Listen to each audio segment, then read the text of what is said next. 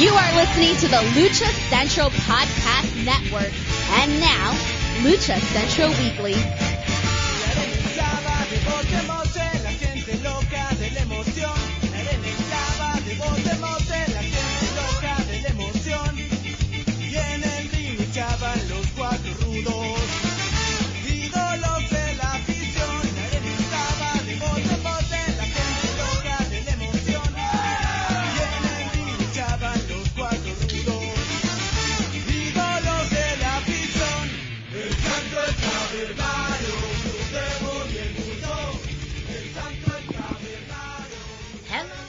Welcome to another edition of the Lucha Central Weekly Podcast.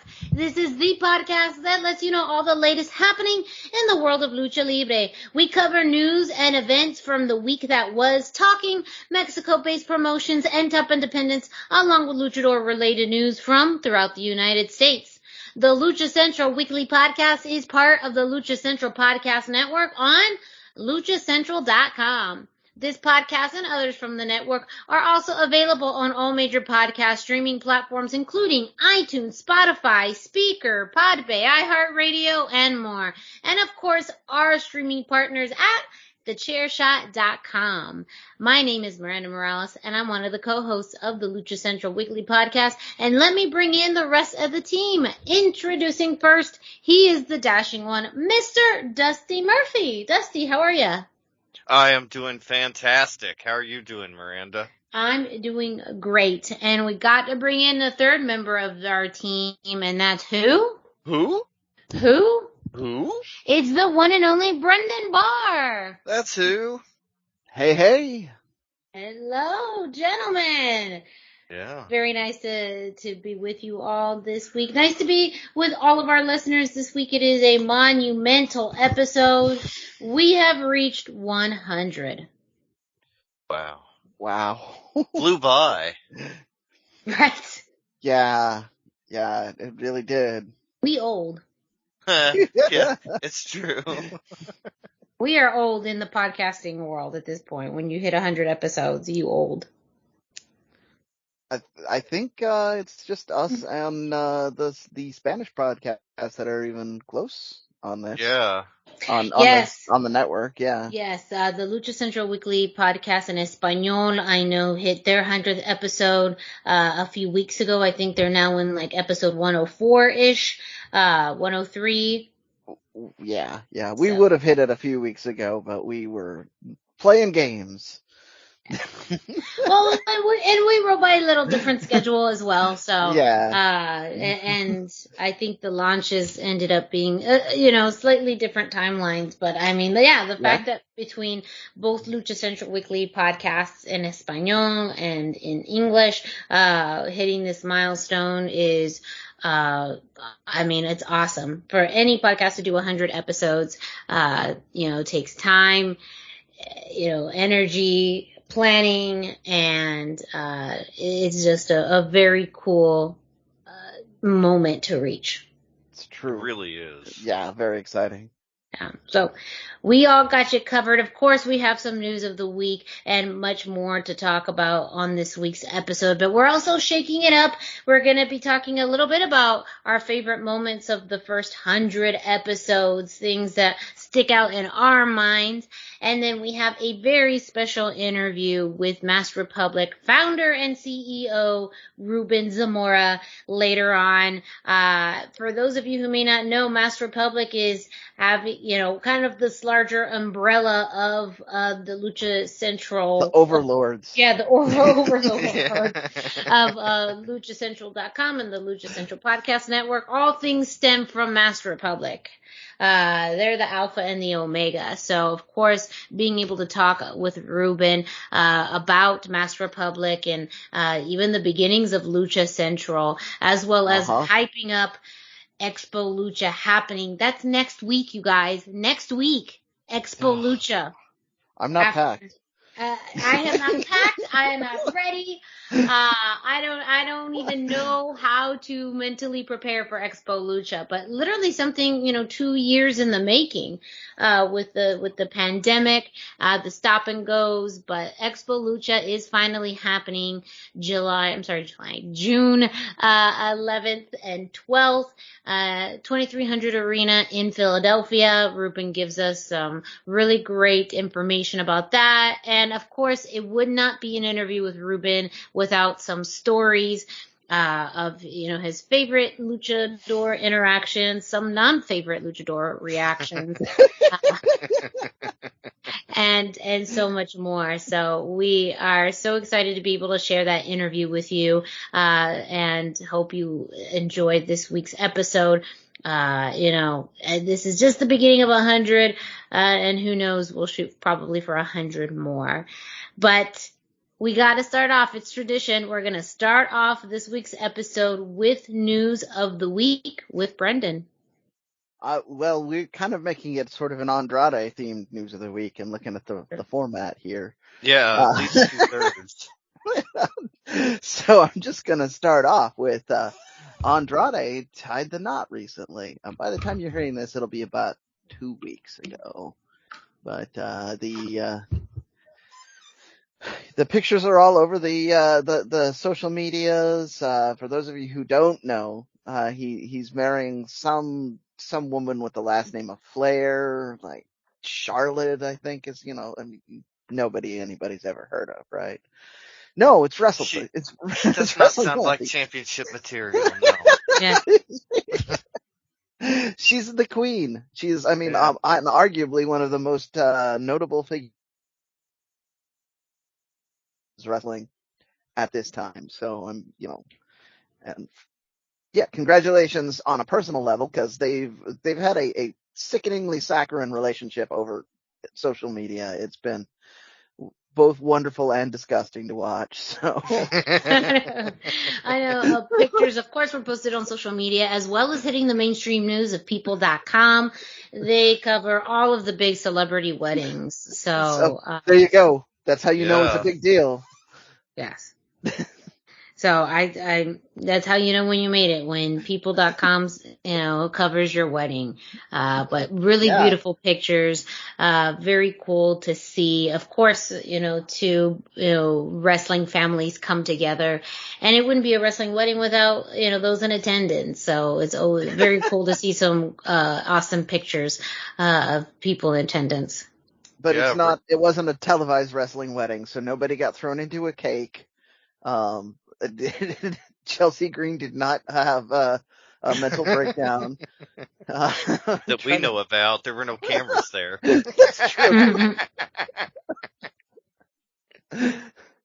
The cameras that were there made it look like everything went to spec and everything was beautiful and gorgeous. So wrestling weddings on TV are some of my favorite gimmicks. They just always have been fun, all the way back to Triple H's death, and probably before that, but that's the earliest one I can think of off the top of my head. Macho Man and Miss Elizabeth. When Macho Man got bit by the cobra, I had nightmares for years. Oh my God. Yeah. There it I is. just randomly have nightmares about the cobra biting me on the arm like he got Macho Man. Oh, that cobra. Because I got it all mad backstage and then it wouldn't let go. Oh gosh. That is a nightmare. Those things had strong grip. Yeah. Yeah. Okay. We got way sidetracked. Dusty, you have some news on Andrade and someone else. So. I do. There, Double or Nothing, there was a vignette. Andrade was talking to Jose, and he said that he, was sick of the name AFO. He wanted to do something different with the organization. And Jose said, well, what if we bring in your business partner? And Andrade got pissed, and he said, you know his name. He's one of the best wrestlers in the world. How dare you not call him by his name? You know his name is. And about that time, there was a knock at the door. Jose gets up and he opens the door, and it's Roosh. He's in there. He comes in. They kind of greet each other, but he won't shake Andrade's hand. He wants fists in Ingobernable style. So, very exciting news there. He had been telling everybody for quite a while he was going to AEW, and everybody was like, okay, Roosh, whatever. We didn't think it was going to happen. And then he showed up. And it happened. Very exciting. And it made all of this nonsense with the Hardy family office actually kind of work in a way, because now he got a business. And it was, turns out this whole time it's been funded by Roosh. Well, Roosh was allegedly the money man at one point behind Revolution, the failed promotion. So I love the idea of Roosh being the money man for Andrade. Like, love the whole thing. The Ingobernable's name is apparently owned by CMLL, so that's if you remember. Yeah, if you remember, they were pulling a WCW or a WWE, and they had three guys that really had no connection to the original Ingobernables last year, running around as Nueva Ingobernables. I mean, I guess Terrible is the only one that really had any sort of connection, because he was with Roosh as Roosh left. Yeah, in 2018. Yeah. Yeah. So it'll be interesting. I'm excited about it. It's maybe the most exciting thing they've done with Andrade. He's even said in the clip, I'm sick of losing. I don't like the name Andrade Family Office. And so it kind of hints that he wants more. There's going to be more. They've been lining up a lot of trios matches. We had a trios main event this week on Dynamite. A lot of trios stuff coming up. And so hopefully we'll get to see that play out in the trios title scene. These guys know trios matches. And so it would be especially exciting to see that figure in to everything.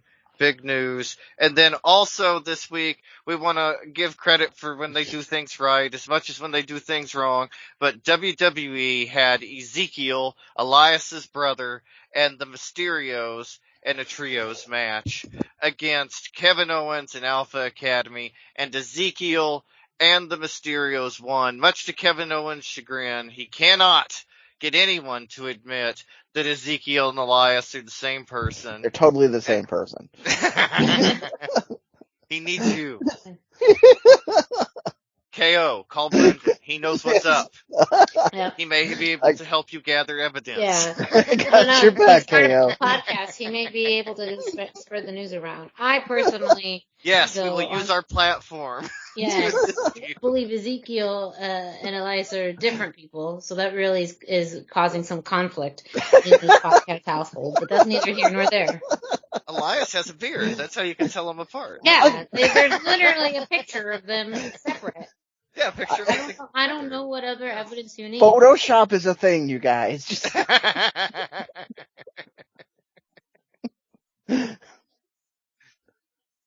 But it's a very high-profile match. Kevin Owens is, inarguably getting one of the biggest pushes outside of the Cody Rhodes thing and the Roman Reigns thing. So a great spot for the Mysterios to be in. Finally got their win back over Alpha Academy. Good things going on. Want to really compliment. Great match. Surprisingly fun. It was also the main event on Raw, which the Mysterios win in the main event on Raw in a trios match just doesn't seem possible right now. But that's the coolest thing I've said about WWE in probably 6 months. I would not have picked that as a 2022 headline. Period. Yeah. That's true. That is hard to believe. That feels like fake news. And it was a surprisingly fun match, too. I recommend everybody check it out. They really did a great job this week and deserve the credit for that one. Well, and we do have, of course, a very busy week in wrestling. We have all of the results of shows like AEW, WWE, NXT on luchacentral.com. So if you missed out on any of those shows, make sure you check out luchacentral.com for results on all of those. We'll be going back to our usual format next week, but hey, we still have some of those big stories that we have to cover, which are brought to you, of course, by the Lucha Central Weekly podcast trio of ourselves. Well, this is the real trio that people need to keep their eye out for. We already have a trios championship. Is that what you're saying? I think we should continue to fight for one. We need to be in Lucha Central contendership. Trios champions. Yes, pretty much. So far, there's no challengers, so yeah, that makes us the champions. We'll be champions you've for vida. You've just invited Papo Esco to create a trio, so I don't think I like this. We got that Bruno reign. No Rudo can unseat us. Well, we are now going to kick it off to Denise Salcedo, who brings us this week's Lucha Central. Why should you visit thechairshot.com? Thechairshot.com is your home for hard-hitting reviews, news, opinion, and analysis with attitude. Why? Because you're smarter than the average fan. Thechairshot.com. Always use your head. Hey everyone, it's Denise Salcedo here in Lucha Central with a reminder of where and when to catch all of the great network content this week. Get the full lineup and listen to all of our shows in the podcast network section of luchacentral.com. On Tuesdays, Mass, Mats, and Mayhem takes you inside the world of Lucha Underground as they take you weekly through the series with the benefit of hindsight and the benefit of special guests from the groundbreaking series. Check out the premiere video stream every Tuesday at 2 p.m. Pacific, 5 p.m. Eastern on the Lucha Central YouTube channel and at luchacentral.com. Then listen to it on your favorite podcast platform every Wednesday. Tuesday nights live, it's Wrestle Boss, where Fabi Chulo talks MMA and pro wrestling with special guests and listener call-ins. Visit WrestleBossLive.com Tuesday nights at 7 p.m. Pacific to listen live or call in with questions or download the show on podcast platforms on Wednesdays.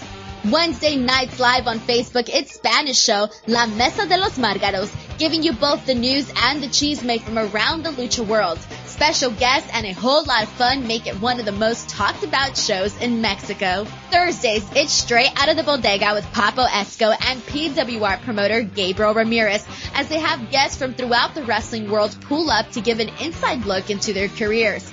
From indie standouts to television superstars, each week brings a new name and perspective. On Friday, it's your double dose of Lucha Central Weekly podcast, one in English y el otro en español. Lucha Central Weekly is where you'll find all the top stories of the week, both inside and out of the ring from Mexico and anywhere luchadores are in action across the globe. Be sure to subscribe and follow all your favorite Lucha Central Network series on your favorite podcast platforms, either by their own series name or subscribe to the Lucha Central Podcast Network show pages to get all of the shows in one easy feed. And please consider giving a rating to help more fans find the shows that you love. For now, this is Denise Salcedo signing off from Lucha Central. Have a great week. Lucha-Masks.com by Pro Wrestling Revolution, bringing you, in partnership with Masked Republic, the Lucha Brothers, as well as Japanese legend Ultimo Dragon. Go to lucha-masks.com and fight Lucha strong with masks from your favorite Lucha legends and Pro Wrestling Revolution luchadores. Stay safe in style and represent your favorite luchador. Get yours now at lucha-masks.com, powered by Pro Wrestling Revolution. And of course, a very big thank you to Denise Salcedo, bringing you this week's Lucha Central, letting you know what's happening throughout the Lucha Central Podcast Network.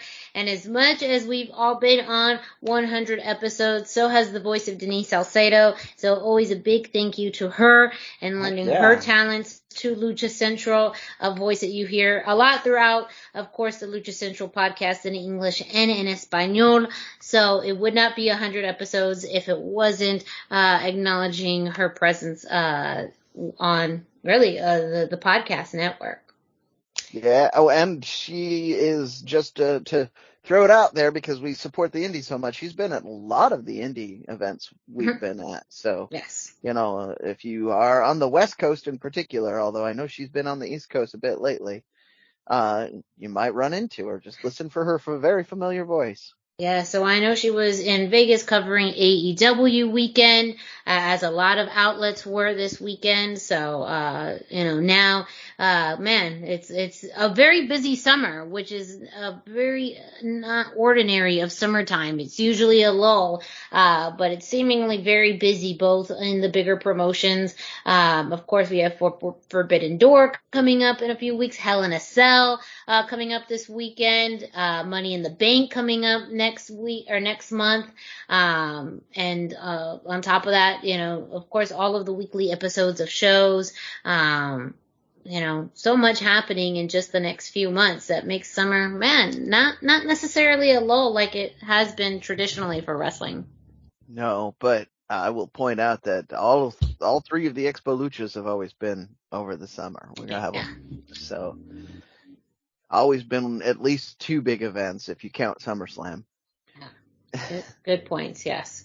And we are going to be talking more about Expo Lucha a little bit later on in the episode. As we mentioned, we have an exclusive interview with Masked Republic CEO and founder Ruben Zamora, giving us all the details about what to expect at Expo Lucha next week.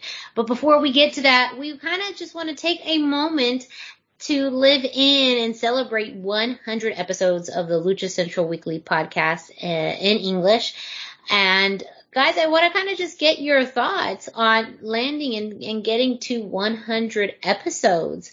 Dusty, I'm gonna pick on you and kind of call on you first and kind of, share, what's it feel like to be at 100, and do you have any big moments that stand out for you, of the past 100 episodes? Well, 100 episodes flew by for me. It doesn't feel like we've been doing this for basically 2 years. Yeah. It started during the pandemic, and it was kind of a fun thing to do, and then it really kind of grew and evolved into what it is now. I really enjoy that. I enjoy the new format of the podcast the most. Mm-hmm. But my favorite moment, and I think everybody knows what I'm going to pick, was when Vampiro told me that he'd never worked for AAA.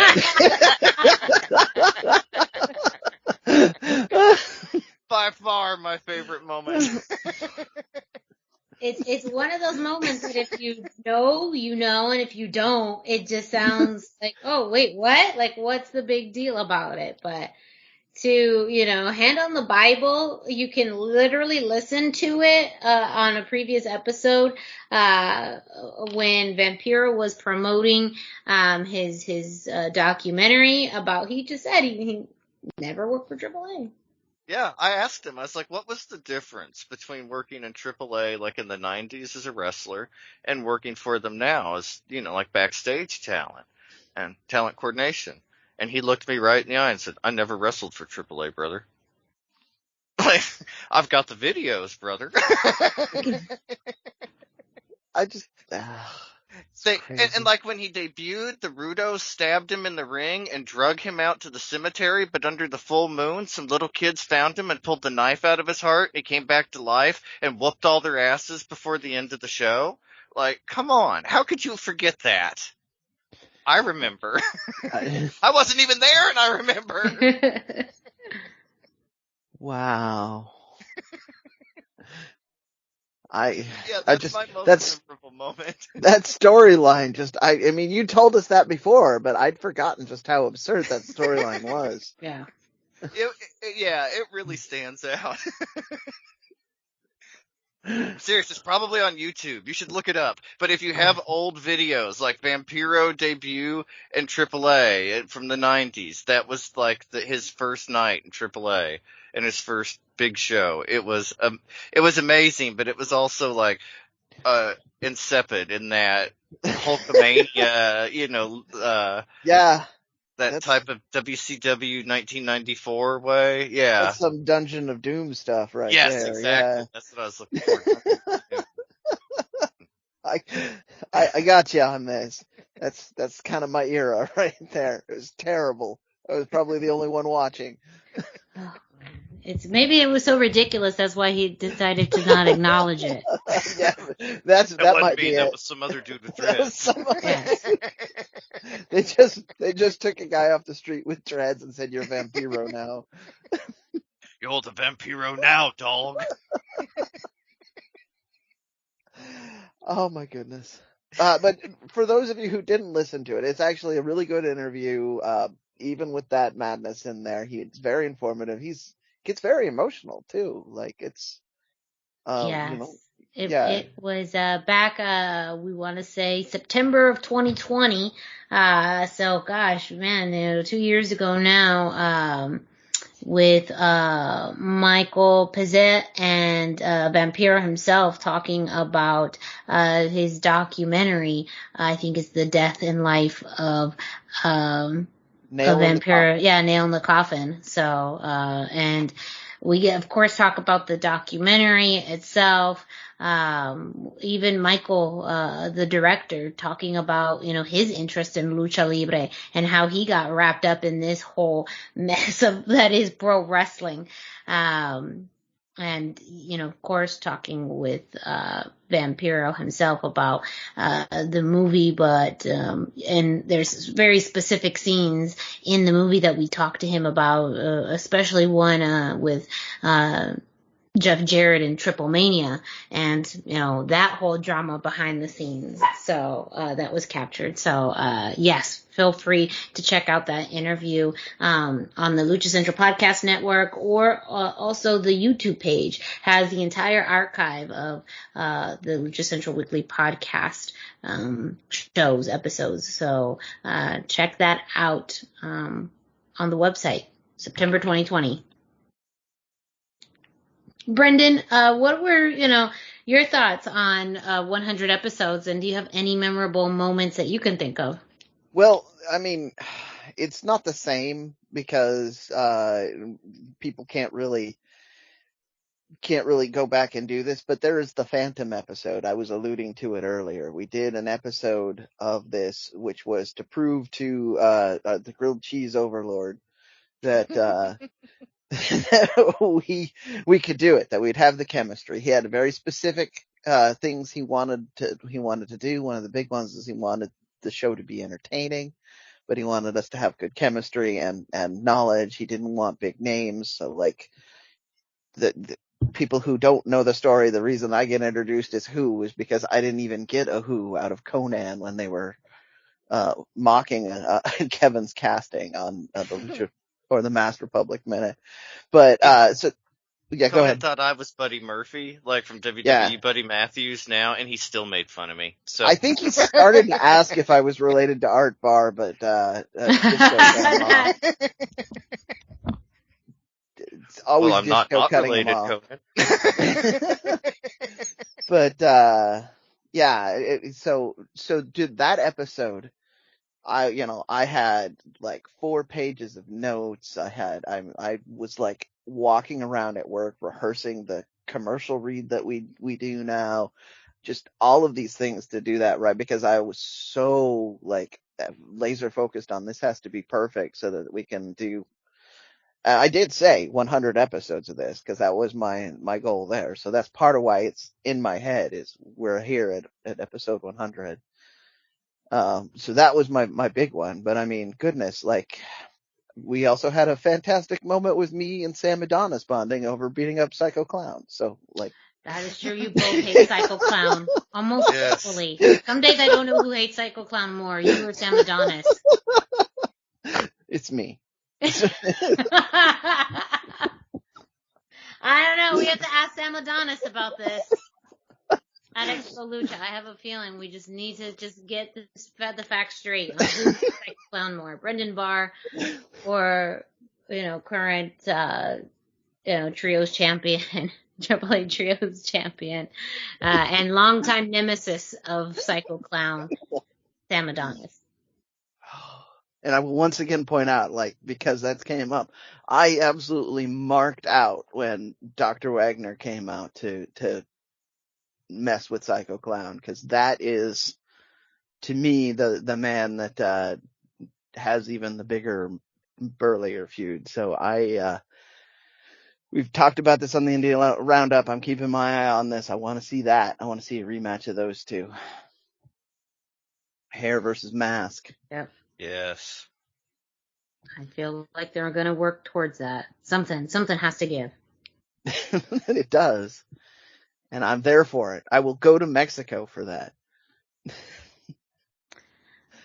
For me, I mean, yeah, I have to say I'm surprised but elated that we hit 100 episodes. Brendan, you make such a good point about, the Phantom, the -1 episode, which was the pilot that we recorded that I don't think was ever technically released. I think Nope. we jumped into our episode 2, which was everyone's episode 1, which also ended up impacting the count. We're not the greatest with numbers here. So I absolutely agree about how, 3 random people from 3 different parts of the country coming together to do a podcast about Lucha Libre on paper did not make sense and probably shouldn't have worked. But here we are. We are here still after really, 2 years. We've actually hit a little past the 2-year mark. And I see reminders on Facebook and social media about those early episodes. And just to know that we've been able to do this and to really share so much with fans about Lucha Libre. And I know, especially you, Brendan, with just some people in your day-to-day life listening to the podcast and learning about Lucha Libre. And the people that we've been able to connect with, all over, both in the United States and in Mexico. It's a crazy thing to think about. But this podcast has been able to do that. And I mean, really, this is cheating because this is not just one memory, it's collective memories, but all the interviews we've really done. I mean, one thing I'm really proud of is the variety of interviews that we've had, with, promoters like Matt Farmer, to, content specialists and videographers like Martin Carrillo, and of course the variety of luchadors, from Mr. Iguana, which I want to say that one was really, I think, the first super special one. I just remember, we were the very first English interview for Mr. Iguana, and seeing his career over the years grow and develop in the United States, to Zenchi from MLW, and of course Sam Adonis, Gino Medina, Viva Van, and of course my Puerto Rican delegation too. We have a very good Puerto Rican percentage rate of interviews here. I mean, I just remember when we got the opportunity to interview Lindsay. That was something in some ways we had no right to do. It just felt so, my God. Yeah. Out of nowhere for sure. He was still signed with WWE, and for, the little podcast that could, to be able to get an interview with him, how it was so awesome to be able to talk to him and more about, especially, the way that he develops his masks and his gear. His time prior to WWE, being part of the Cruiserweight Classic. And even now, I mean, we've talked about it, and we were people who were pretty headstrong about Lindsay going out on his own outside of WWE. I specifically remember us having conversations about really the level of optimism and a surety that we knew if Lindsay were ever to leave, he would be able to have a very successful career, if not a bit more successful outside of the WWE, because he would be, off the cuff, and we could see more of his personality and see him work in the ring. And I feel like that's come to fruition, over time, that now Lindsay has been incredibly successful on the independent scene. He's been able to work a whole variety of promotions, have amazing matches, and that's just continuing now. So I think too, it's also, we've been able to really see people progress in their careers, and also, see some of our predictions come true. It's true.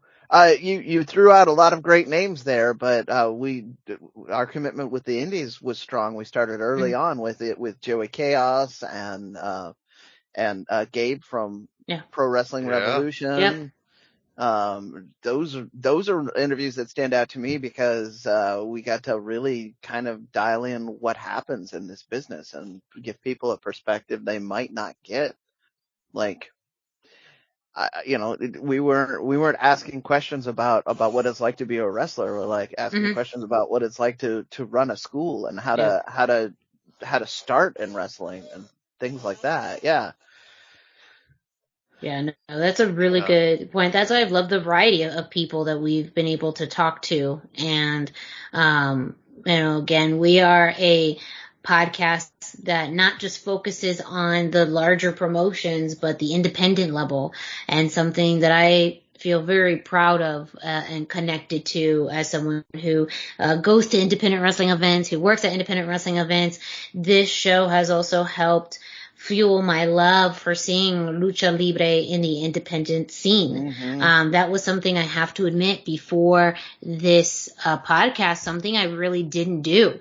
I had probably been to a few lucha libre shows, but I had never announced at one. I had never really gone to, especially some of these larger promotions like PCW Ultra and Pro Wrestling Revolution, Lucha Libre Mexicana, to see lucha at that level and see the crowds and see the communities come together. And even those experiences on those shows to, meet luchadors that we've interviewed on the podcast, or luchadors that we've talked about on the podcast, that we have, talked about in historical context, in weekly context.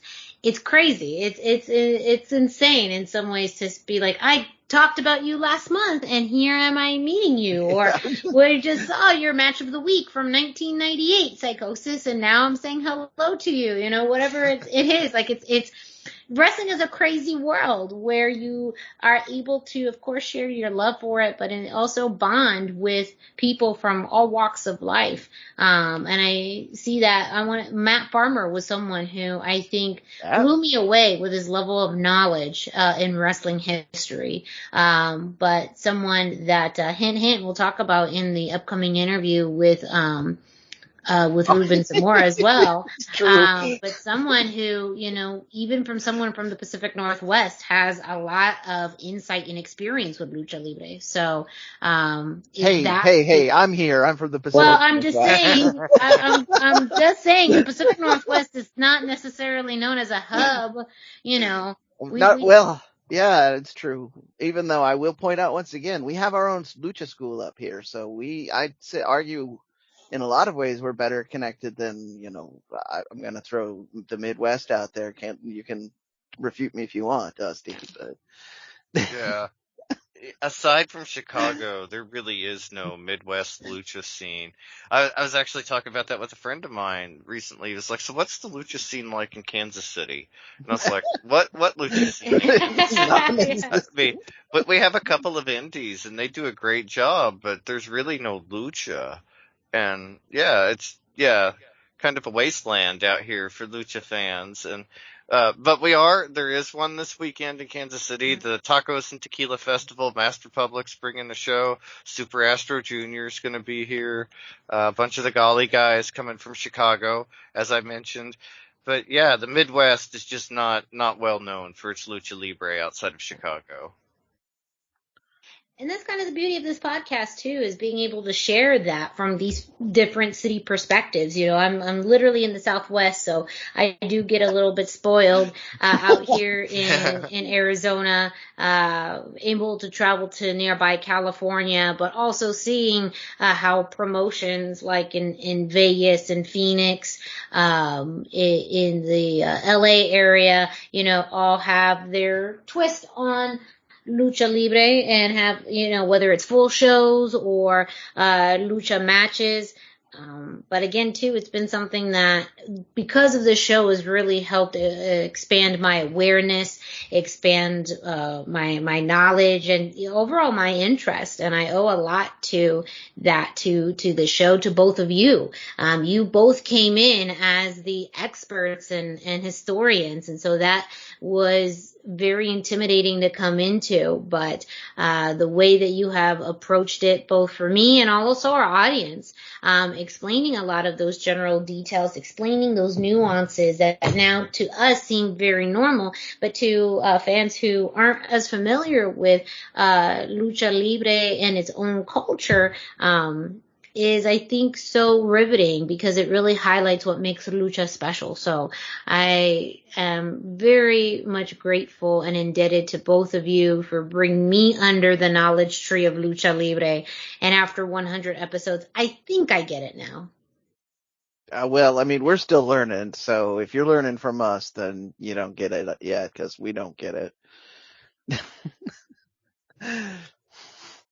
Well, That's how I feel, but we all learn together, but it just makes me so thrilled to be able to really highlight and talk about, these past 100 episodes. Gentlemen, I want to get your thoughts on, what do you hope for next in, the future for the Lucha Central Weekly podcast? Brendan, I'm going to kind of put the spotlight on you right now. Well, okay, so other than having a live podcast of Psycho Clown being unmasked, you're really going for it. You're really getting for Psycho Clown. I want to do, so we had plans to try and do some pretty exciting things at Expo Lucha this year. The technology isn't there for us at this point, but I think we're going to so we're not going to be live from Expo Lucha, but we'll do something. And that's, I want to do an event. That's my big thing. I want us to go to a place and do like an event podcast, be there from start to finish, throw some t-shirts at people and Miranda can ring announce or hit people with chairs or whatever. Whatever. I'd like to do both. I'd like to hit people with chairs and ring announce and throw out t-shirts. I want to do all of those. Well, you got to let some of us do other things. Come on. I'm just a control freak. I apologize. I really just like but okay. But yeah, that's you can ring announce, Brendan. I'll let that go. Actually, that I would like to do that in my future. So one of these times we're hanging out together, I'm going to pick your brain on that. Yeah. Dusty, what are your hopes for the future? What do you hope that we kind of venture to next?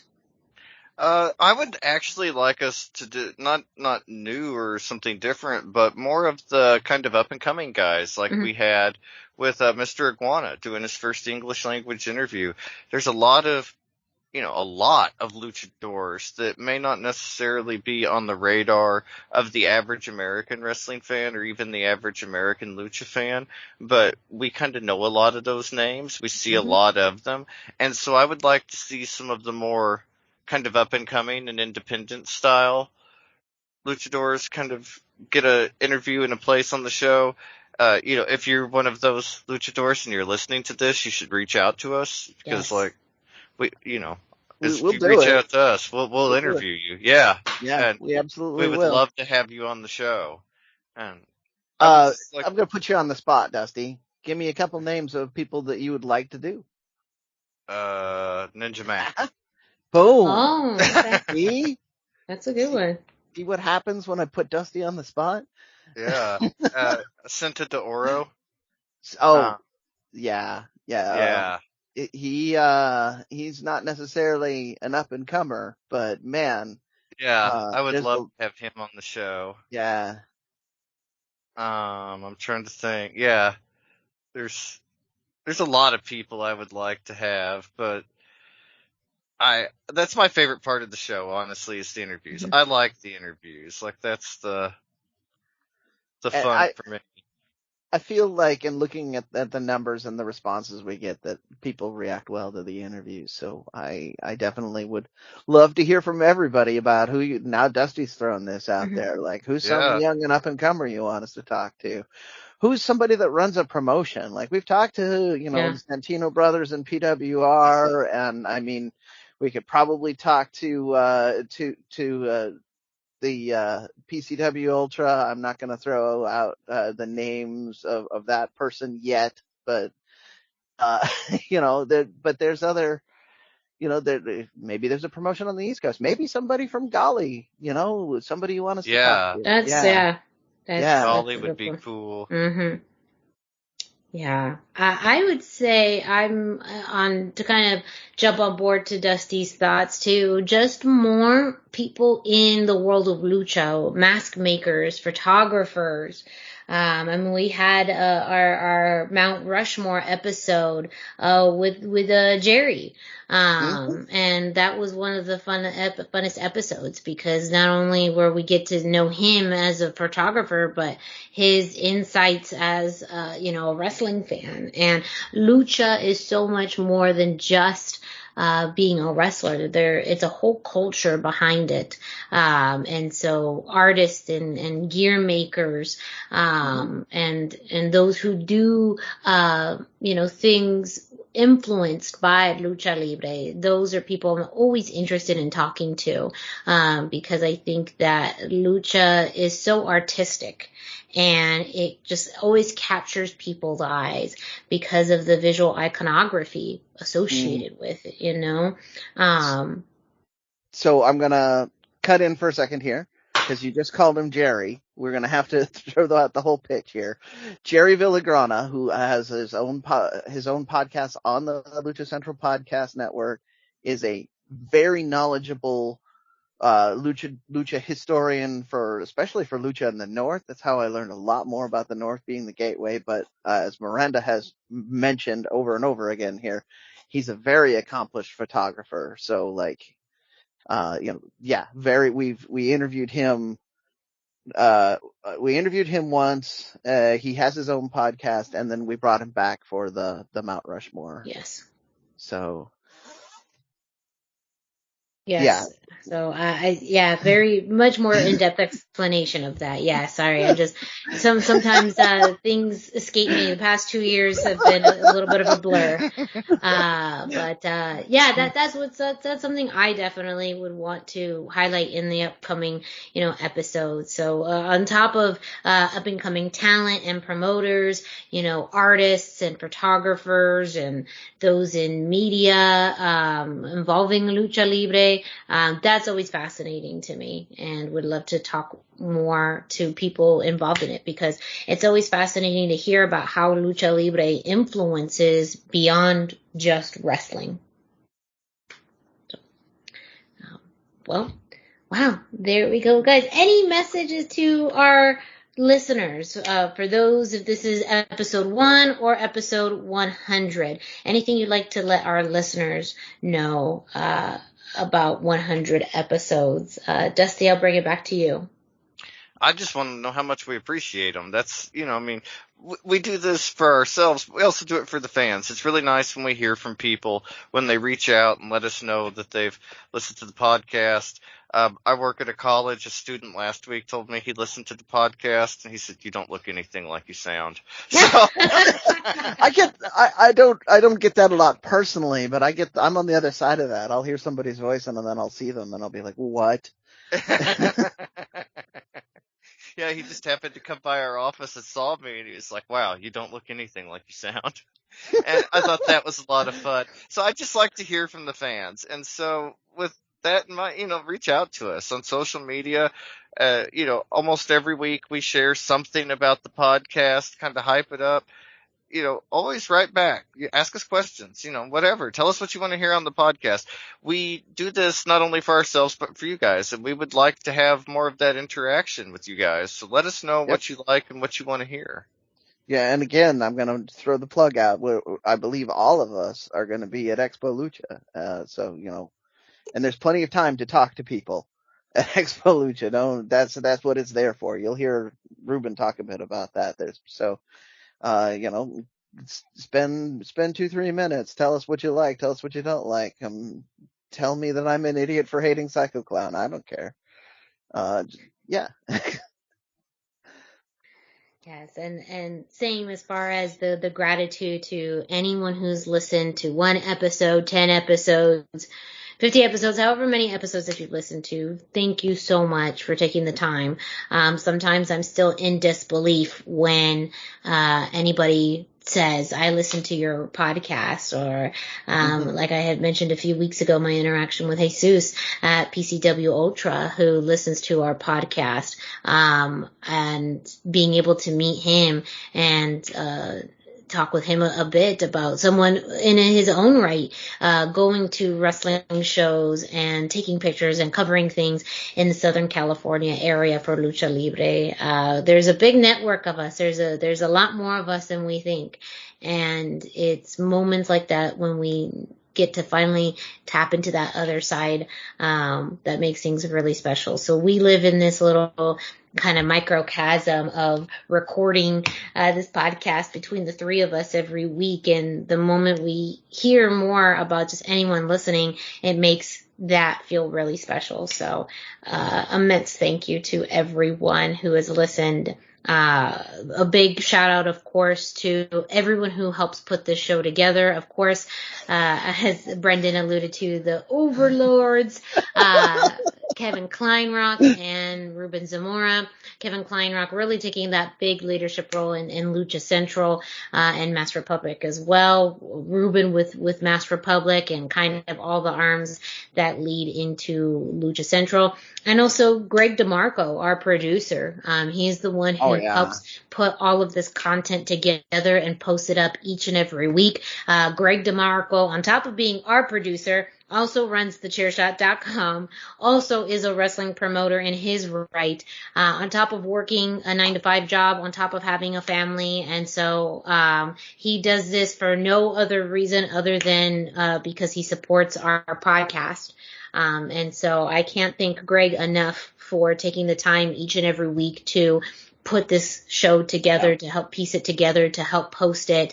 Also giving us the opportunity to be streamed on thechairshot.com.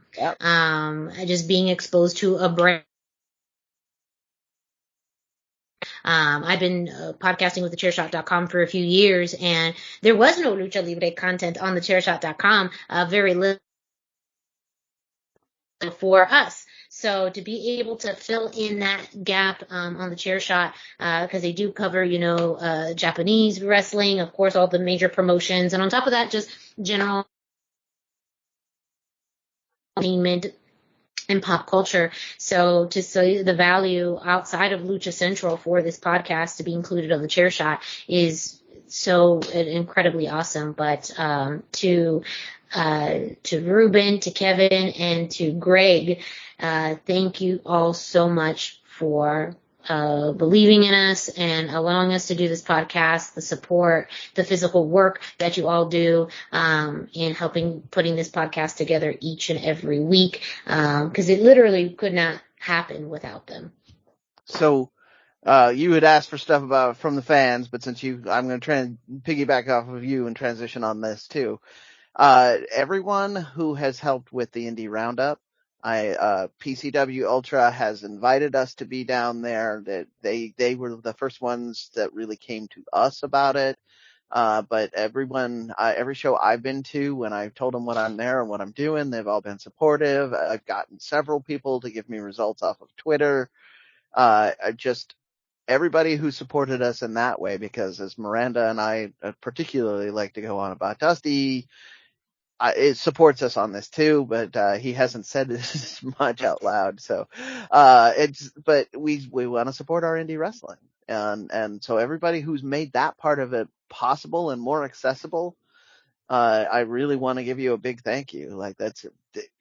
It may not sound like it to you because we only get like 5 minutes every episode, but I work hard to make sure we have that 5 minutes as many episodes as possible. And I love to be able to go out and see your indie show. So keep it up, please.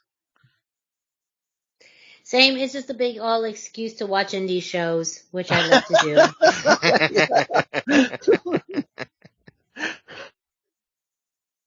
But I mean, yeah, I think that's all she wrote. We just wanted to take this chunk of time on this week's episode to kind of break away from tradition and the typical format to just be able to celebrate 100 episodes with all of you.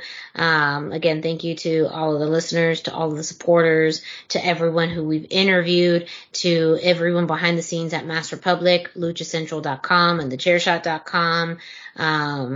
I mean, yeah, it's just I don't know if there's much more left to say. I do think, because I think he's the only one of the only ones we haven't mentioned. We do need to thank Vinny Massario for being one of our early interviews too. Yes, Vinny. Oh my How else god. do you know Ultimo Panda is a dick? Yes. Oh my gosh, that's one. I know there's more to Brian Fame that we interviewed, and so if there's anyone that we missed, of course, just everyone that we've had the chance to interview. Gino Medina, that was one. It's always kind of that was fun. Yeah. When people are a little shocked to know how much collectively, and I'm not taking any credit for this because it's all you guys know about Lucha Libre. Well, and he was blown away by how much we had researched him. That was partly you too, that Dusty had researched him, and I had been seeing his stuff for a while, and so that was very special in that respect. Like, I came out of that interview with just goosebumps, because he just kept talking about how cool it was that we paid attention. Yeah. So.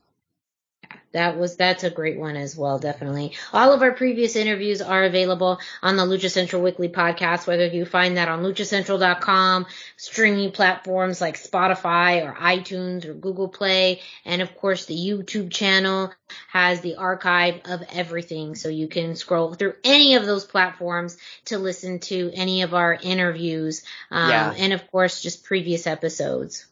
The YouTube channel is actually the easiest way to find the interviews. Because it's super easy to navigate there, but please take your time, click around. We need all the support we can get. We actually missed a major landmark. I just and me shilling for clicks. We missed a major landmark that we should probably give credit to too. We reached number 1 or number 2 on the charts in Mexico at one point. Yes. So that was very cool. We were even ahead of Chris Jericho. who do you ever so beat? Cool. Yeah. It's not like he had some amazing, interviews and whatnot every week, but And not to mention all the time he spent in Mexico. Lionheart, Corazon de Leon. Yeah. But again, I think it's always just that shock of people listening and how far out that people hear this podcast. It's always a shock to me anytime someone just lets me know that they listen to it. So again, thank you so much to everyone who listens in any state, in any country. Thank you so much. We are excited to bring you more episodes and more content in the future. We hope to be able to meet some of you at Expo Lucha. Who knows if we'll be able to meet any of our listeners there, but if so, we'll be super excited to do so, because Expo Lucha in some ways is kind of a nice way to sum up the past 100 episodes, to finally be able to, all 3 of us to meet, because that's also the fun part about this. Brendan and I have met a few times, but we have never met Dusty in person. Dusty's never met us in person. I think Dusty's a robot. Yes. So it will be up to us to judge if your voice and your face match up as well. But to finally get the chance to meet all together at Expo Lucha next week will be kind of, interesting, strange, exciting. It's a lot of emotions going into it, that you do podcasts with someone, with a team for 2 years, and you never, really meet in person. Yeah. But that will make, Expo Lucha that much more exciting and memorable. It's just going to be something that will be, just part of the entire experience. So I think it's kind of a very cool, way to celebrate 100 episodes by finally seeing each other at Expo Lucha next week. Well, that does it for this part of the show. Up next, we have our interview with Mass Republic founder and CEO. I keep changing CEO and founder. I mean, they're very interchangeable, but those are his titles. Also, one of the main head honchos, el jefe of Mass Republic, of the Expo Lucha event, Ruben Zamora. A really great interview that we had with him regarding pretty much everything to expect at Expo Lucha, the beginnings and makings of Mass Republic, how we were birthed to be. That's kind of a very interesting way when you find out how you became to be. It's always interesting to find that out. And Ruben has some stories. Ruben himself has been very involved in the lucha libre scene now for a few decades, and he has seen it all, been there, done that, and it was great to kind of pick his brain about those experiences as well. So when we come back, we will get into that interview with Ruben Zamora. But before we do that, well, we got to tell you a little bit more about luchacentral.com. Brendan, can you let our listeners know what they can find at luchacentral.com? All right, so let's do this one more time. If you're listening to this and you haven't visited luchacentral.com, it's time to do it. LuchaCentral.com is the online home for Lucha Libre, where you can get all of the top news in English and in Spanish. Find the best curated video content and original content not seen anywhere else. Find when Lucha Libre events would be happening in your area. Find photo galleries from top photographers covering Lucha Libre around the world, and a place to have your voices heard, from weekly polls to annual awards, seen and read by top executives in all of the major Lucha Libre promotions across the globe. And on top of all of this, it's still free. It's always going to be free. Free. Can't beat that price. LuchaCentral.com, your centralized place for all things Lucha Libre. Hello and welcome back to the Lucha Central Weekly podcast. I'm Miranda Morales, being joined by Dusty Murphy and Brendan Barr. And for this week, we have a super special interview from someone who really helped create to what Lucha Libre is in U.S. culture. We talk about this guy often. We talk about this company often. And it would not be a 100th episode celebration without someone who literally, I don't know if we would all be here if it wasn't for him. He's taken some time out of his super busy schedule preparing for live events and, of course, Expo Lucha. Please welcome the founder and CEO of Mass Republic, Ruben Zamora. Ruben, how are you? Doing well. Thank you very much for that introduction. And man, that 100 episodes, I want to thank everybody on that end of that Lucha Central podcast for all the great work. And, it's something that we kind of started a while ago, just as a crazy idea of how we can kind of, get some more Lucha news out there in both English and Spanish at the same time, make sure that it's fair coverage for everybody. So you guys are doing an awesome job. 100 episodes. That's awesome. And thanks for having me on. I don't do a whole lot of these. I like Kevin do these. He's the I know, he's the one that can talk. You tried to pass this off to Kevin. Yeah, I did. I tried, but he's got a lot of stuff going on now, and I figured, all right, I'll take one for the team. And I like Kevin doing these because he doesn't curse as much, so I'll are in luck because we curse on this because we do whatever we want, and so that's just the way it goes. We had to even talk about a wrestler who has that in his name, so just no avoiding it there. Yeah. There's plenty of those. We'll get to them eventually. We'll get to those. So, Ruben, we talk a lot about Mass Republic, Lucha Central being under the Mass Republic umbrella, and kind of, the casa that is Mass Republic and a lot of arms and entities underneath it. Can you explain to our listeners and fans who may not be super familiar with Mass Republic a little bit more about how it got started and kind of how it grew to be this juggernaut? Yeah, how it grew, I don't know. We're still trying to figure it out, but I can tell you how it started.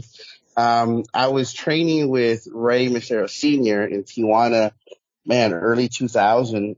And a guy walked in who had just moved from Cuernavaca, Mexico to Tijuana. And he kind of came in, introduced himself. I was training, lucha stuff. I had a shoot job. I was a police officer at the time, and I was doing it just to stay in shape and do something other than just going to 24-hour fitness and running on a treadmill. So I met him through some mutual friends and, Mysterio. And then I just started going down to Tijuana. I lived in San Diego. I'd cross the border 3 times a week and just go train lucha with them. And, occasionally like Psychosis would walk in, occasionally Damien would walk in, Extreme Tiger, and just these random cats that were either from TJ or were, in town for a few days. So I was tripping out. I was marking out. At the same time, I was just kind of working out, staying in shape. So this guy Arturo walks in. He goes, "Hey man, I'm new in town. I'm looking for work. I do masks and gear for pro wrestlers. Just want to connect with people." And one of my biggest pet peeves, and I said it before, is wrestlers that go into the ring with gear that's not matching. It's just irks the hell out of me. And, I don't care how good you are, but if you don't look good from the time you come, through the curtain, I'm already Preach. like, okay. Preach. Yeah, all you indie wrestlers out there, listen to this man. He knows what he's talking about. It makes a big deal as soon as you come through that curtain, how good you look, because it's an easy way to lose the crowd or get people turned off. You can have killer tights, kick pads, boots, but if you're wearing like an Under Armour t-shirt, I'm like, come on, dude. It just irks me. So I said, hey man, I said, would you like to do gear for guys in the U.S.? He didn't know English. He couldn't cross the border. So we just hooked up. I said, I'll take all the orders. I'll get all the details. And we just started making gear for a lot of people like in Chikara, a lot of people out of Utah, got him connected with Psychosis. When Conan did his return to AAA after all those years he was gone and he was still wrestling, we did all the gear for him.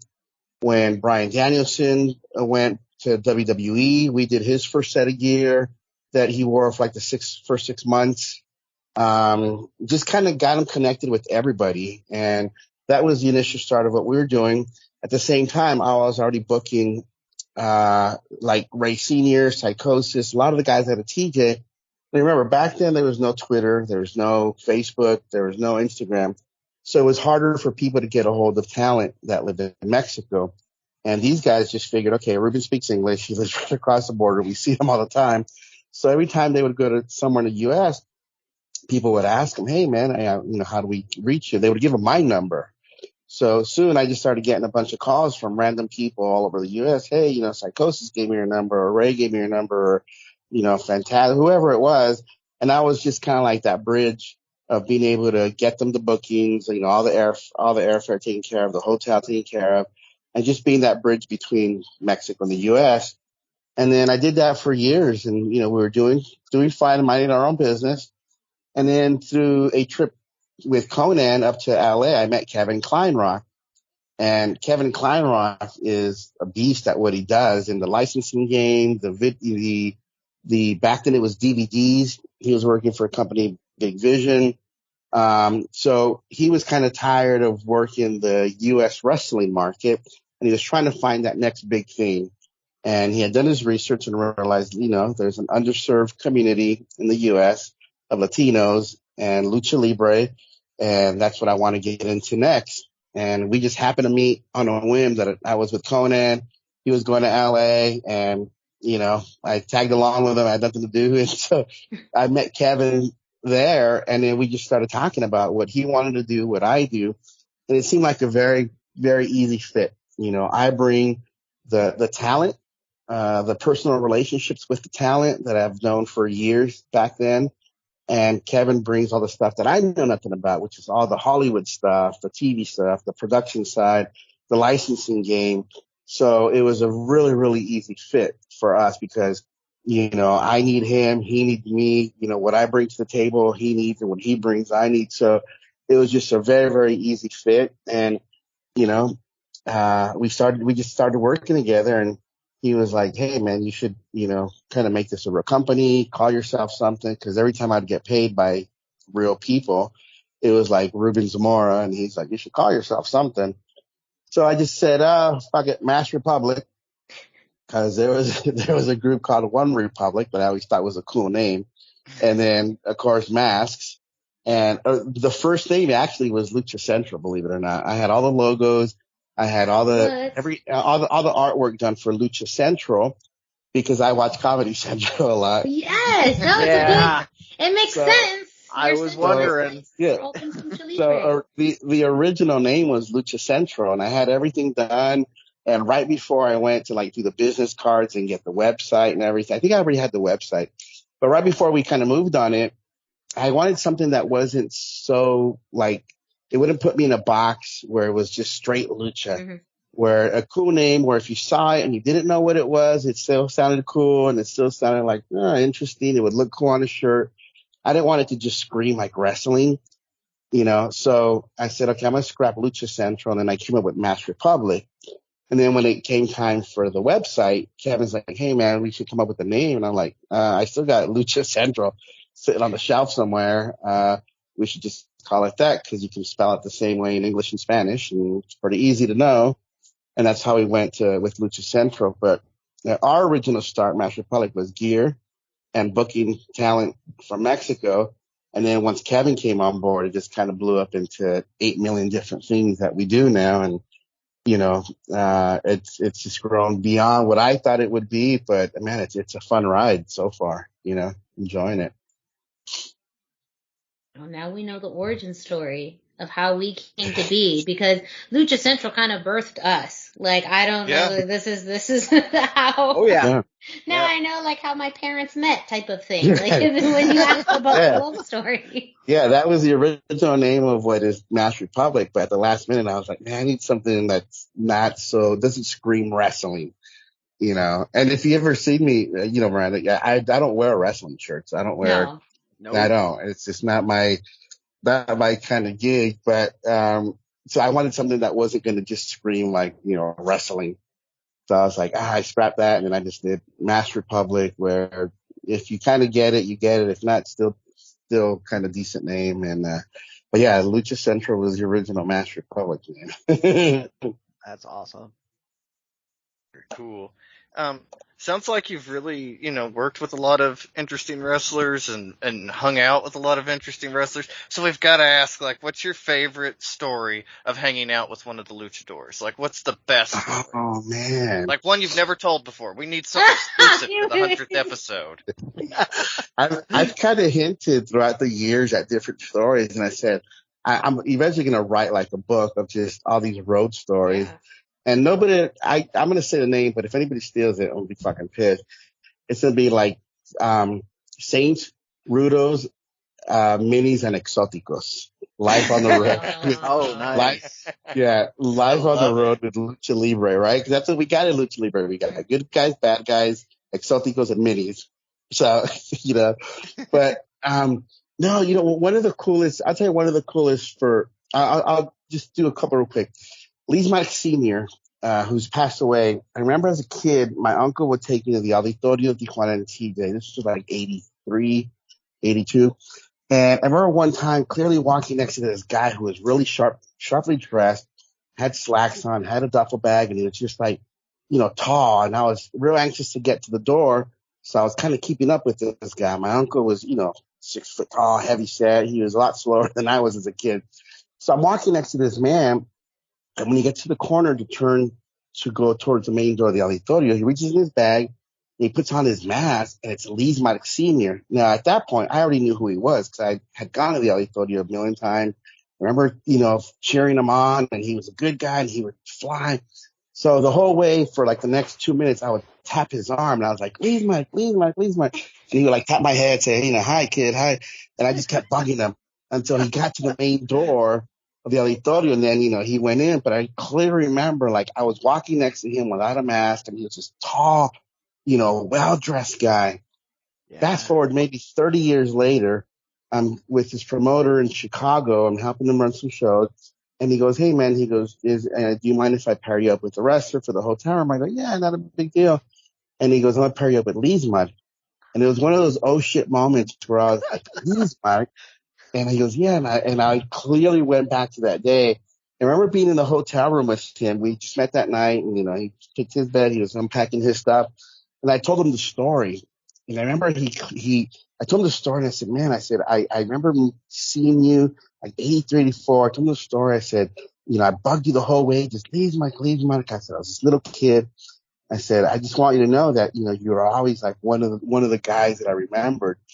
I remember him looking down and he kind of got like emotional. He goes, you know what? He goes, those were the last golden days of Lucha Libre, those early 80s.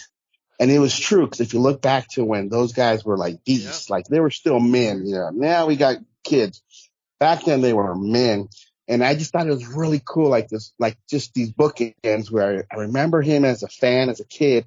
And then I got to meet him and work with him, while now I'm in the business and, roommate with him for 2 nights in Chicago and telling him the story. And it was like so really, really cool. And it's true. He goes, you know what? He goes, those were the last few days of the last golden era. He goes, I don't think we'll ever get those days again. And we haven't, That was very cool. And then one time, real quick, Mil Mascaras, because everybody loves Mil Mascaras. No, y'all. Yeah. The first time I met, I was with Ray Sr. There was a show in Tijuana. We had to leave as soon as that ended and go to Mexicali, which is an hour and a half east. And I was going to give him a ride. So, he comes out to the back and I open the front door and he's like, no. And he opens the back door of my SUV and he gets in. Ray Sr. gets in the front and I can see through my mirror, he still has his mask on. There's steam coming out of it. There's a lot of heat coming out of it. And I'm thinking, is this guy going to keep his mask on the whole time? And Ray Sr. had told me, he goes, don't talk to him. If he asks you a question, engage him in a conversation, but don't try to talk to him. He's just kind of weird. He's quiet. He doesn't know you, so he's going to be weird around you. So, just if he talks to you, talk to him, but don't try to start a conversation. So, okay, I'm cool. So we're driving about 15 minutes down the road. I can see that he unzips his mask. And I'm thinking, oh, man, he's going to take off his mask or not? I'm going to get to see this guy. So we're driving another 15 minutes. He finally takes it off, but he keeps it like by his face, like he's not sure what I'm going to do. And then after like another 5 minutes, he kind of reaches over and hangs it behind me on the hook. And I swear to God, I thought I should turn on all the fucking lights in this car, turn around and just go, I see you. But I didn't. I swear I thought that'd be so fucking hilarious. He probably jumped out of the car. So anyway, I played it cool. We get down there and I go, hey, do you need anything before we go? He goes, I need some water. We stop at this Oxxo and he gets out. Now I'm looking at him and I know talent, even up to today, that doesn't know who he is. They've never seen him without a mask. Because he never takes off his mask around anybody. So we're going in this Oxxo and we're buying water. We get to the counter. I've got a Coke, a water, and the Snickers. He's got 2 water bottles and like some peanuts. And we're all there right next to right next to each other, elbow to elbow. And our stuff is there. Now Claire remembers the kid behind the cash register goes, all together or separate? He does this karate chop down the counter and he separates his stuff and he goes, separate. And I'm thinking, dude, I just drove you. You could at least pay for my snacks. No, that arm came out fast. He was like, separate. And I was like, this motherfucker. But Thought you had something special, but no. I thought we were cool. I thought we were homies, I just, but actually he's one of the very, very few guys that every time I've gotten a book, we've worked with him or we've done anything, he'll call me a day or two later just to say thanks. So very, very professional, total legend. But yeah, one of the few guys that'll actually call a few days later just to say thanks. Want to say thanks, for taking care of me, for everything. But yeah, those are two stories. There's a million of those. One of these days, I'll write a book. I'm excited for that book. I am super excited for that book. And of course, there's going to be a few Hoovie stories. Gosh. Oh my goodness. Oh boy. I've heard a few Hoovie stories, but never firsthand like that. Oh yeah. You do have the stories. You'll definitely have to buy the book, but no, everybody's got a Hoovie story, and they're all true. And if you go to Expo Lucha, you might live one. So. Yeah. That's what's better than reading about it than living one. Yeah. Listen, he is talent-wise, Hoovie's one of the best, man. The guy's good. Yeah. But man, outside the ring, you better put on your seatbelt, man. Yeah. That is the The fucking best way to riot. describe it. Yeah. Yep. So. So I'm gonna try and sneak one more story from the book out of you though, because you told us about your positive stuff. You alluded to some negative stuff. So what is one of your least favorite experiences you've had? I'll tell you who's one of the least favorite guys I ever want to work with is L.A. Park. Love Park.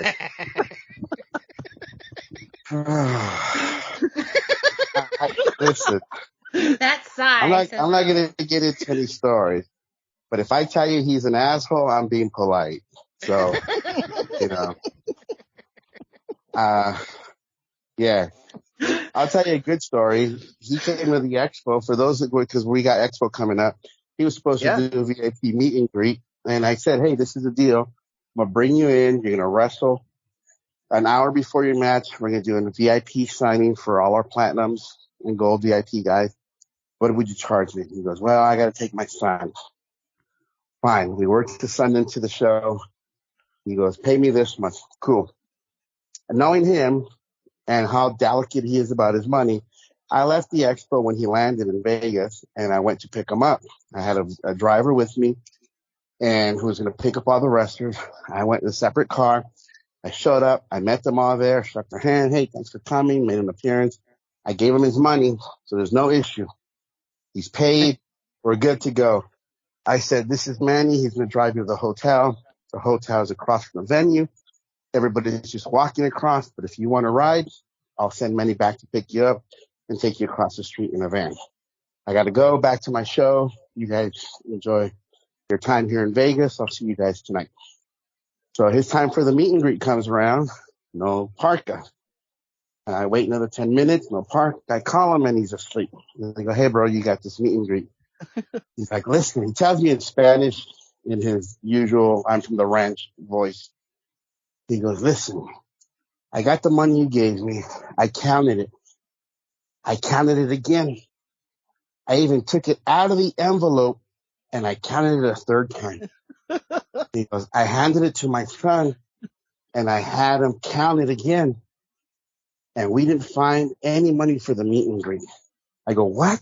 He goes, "There was no money for a meet and greet." He goes, "And as a matter of fact, there wasn't even an extra 20 so we can go buy lunch." I was like, "Bro, am I supposed to buy you fucking lunch?" And he goes, "Uncle Promoters buy us lunch. They always take us to eat. You just gave me my money and left. And your driver just dropped us off at the hotel." I go, "Yeah."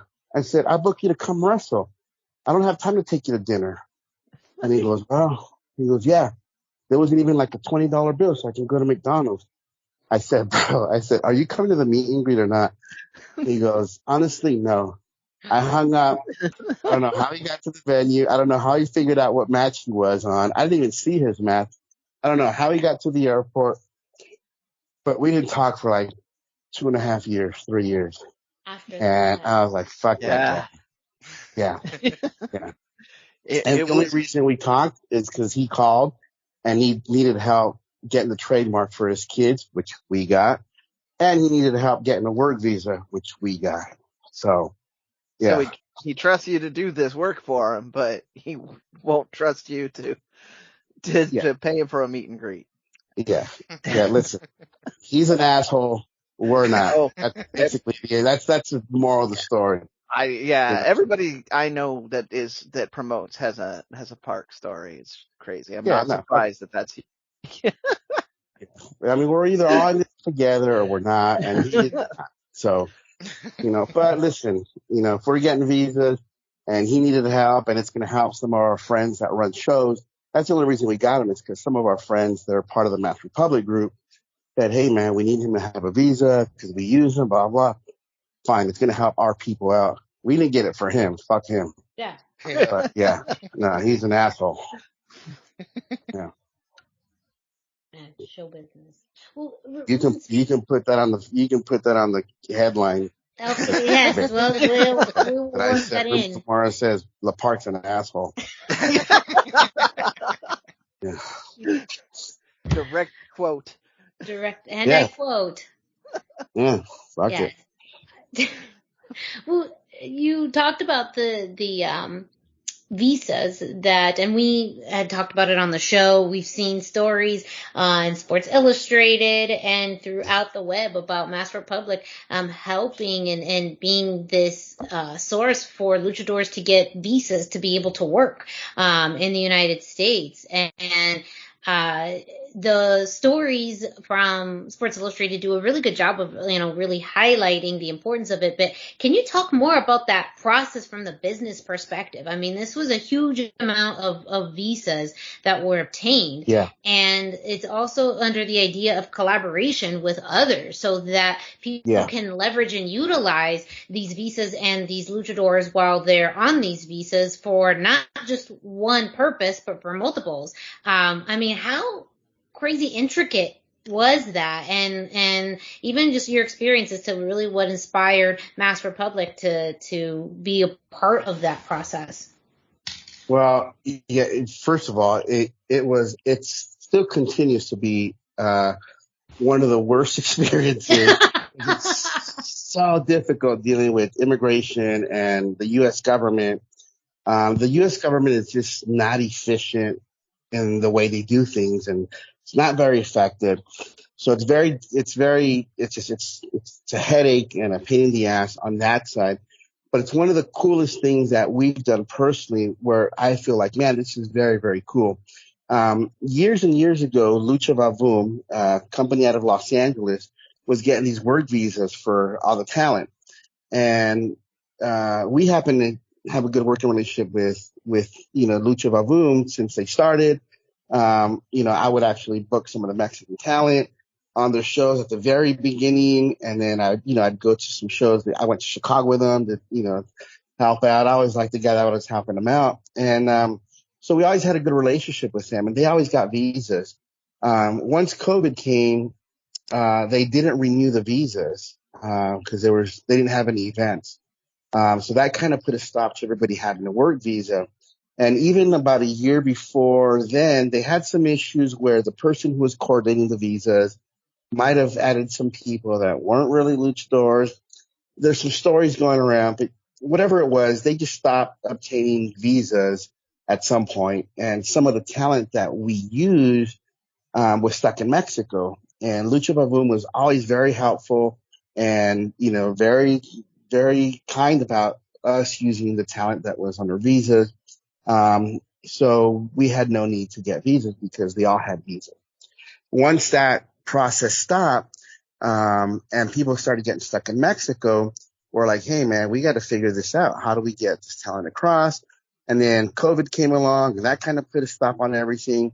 Then once we kind of got through COVID and we started seeing things opening up, I told Kevin, my partner, I said, hey man, we got to figure out this visa issue because a lot of the people that we normally use, a lot of the people that we have on Luchaverse, on the comic book side, or that we have action figures coming out with the boss fight, they're stuck in Mexico and we need them to be in the U.S., to have access to the U.S. So we did our research.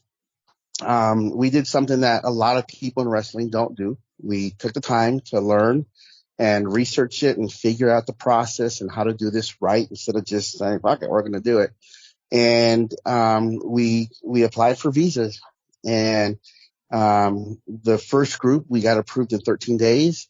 The rest of it, since then, we're probably up to like 300 visas. We've helped different groups get their visas, helped Dragon Gate get theirs, Noah get theirs. We got people from Japan, people from Canada, several groups from Mexico.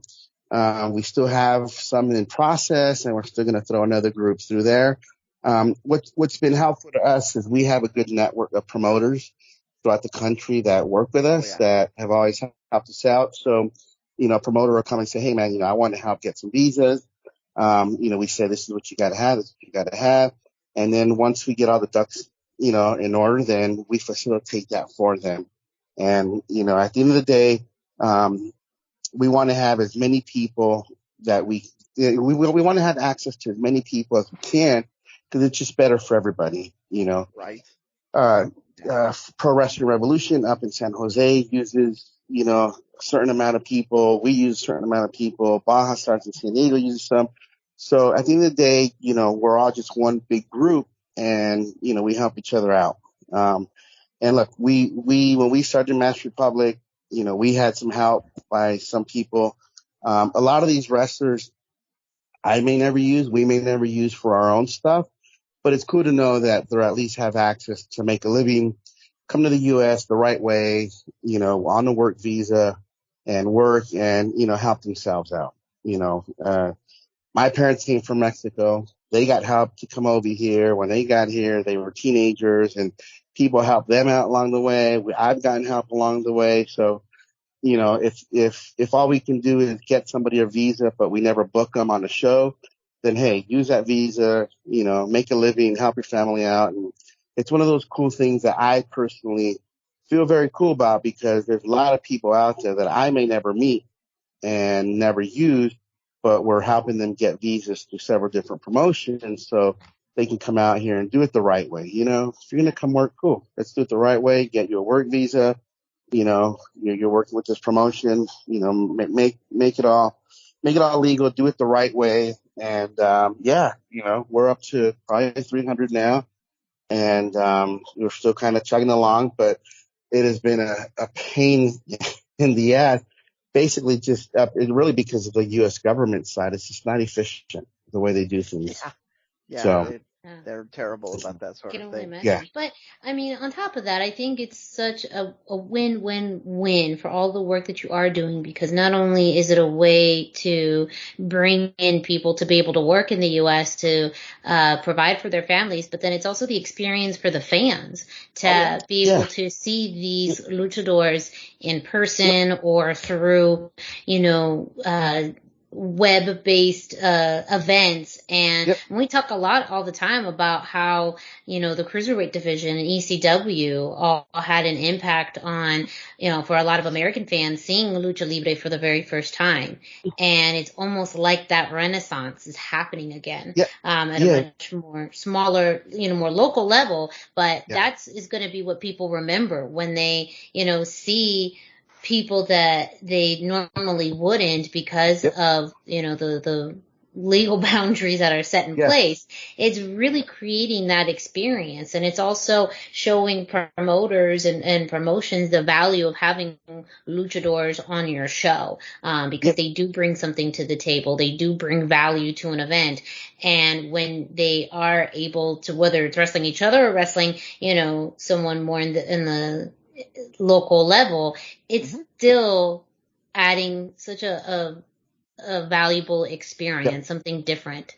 And so it sounds like a whole lot of work, but I hope which I do know, it's so worth it and appreciated, especially from fans.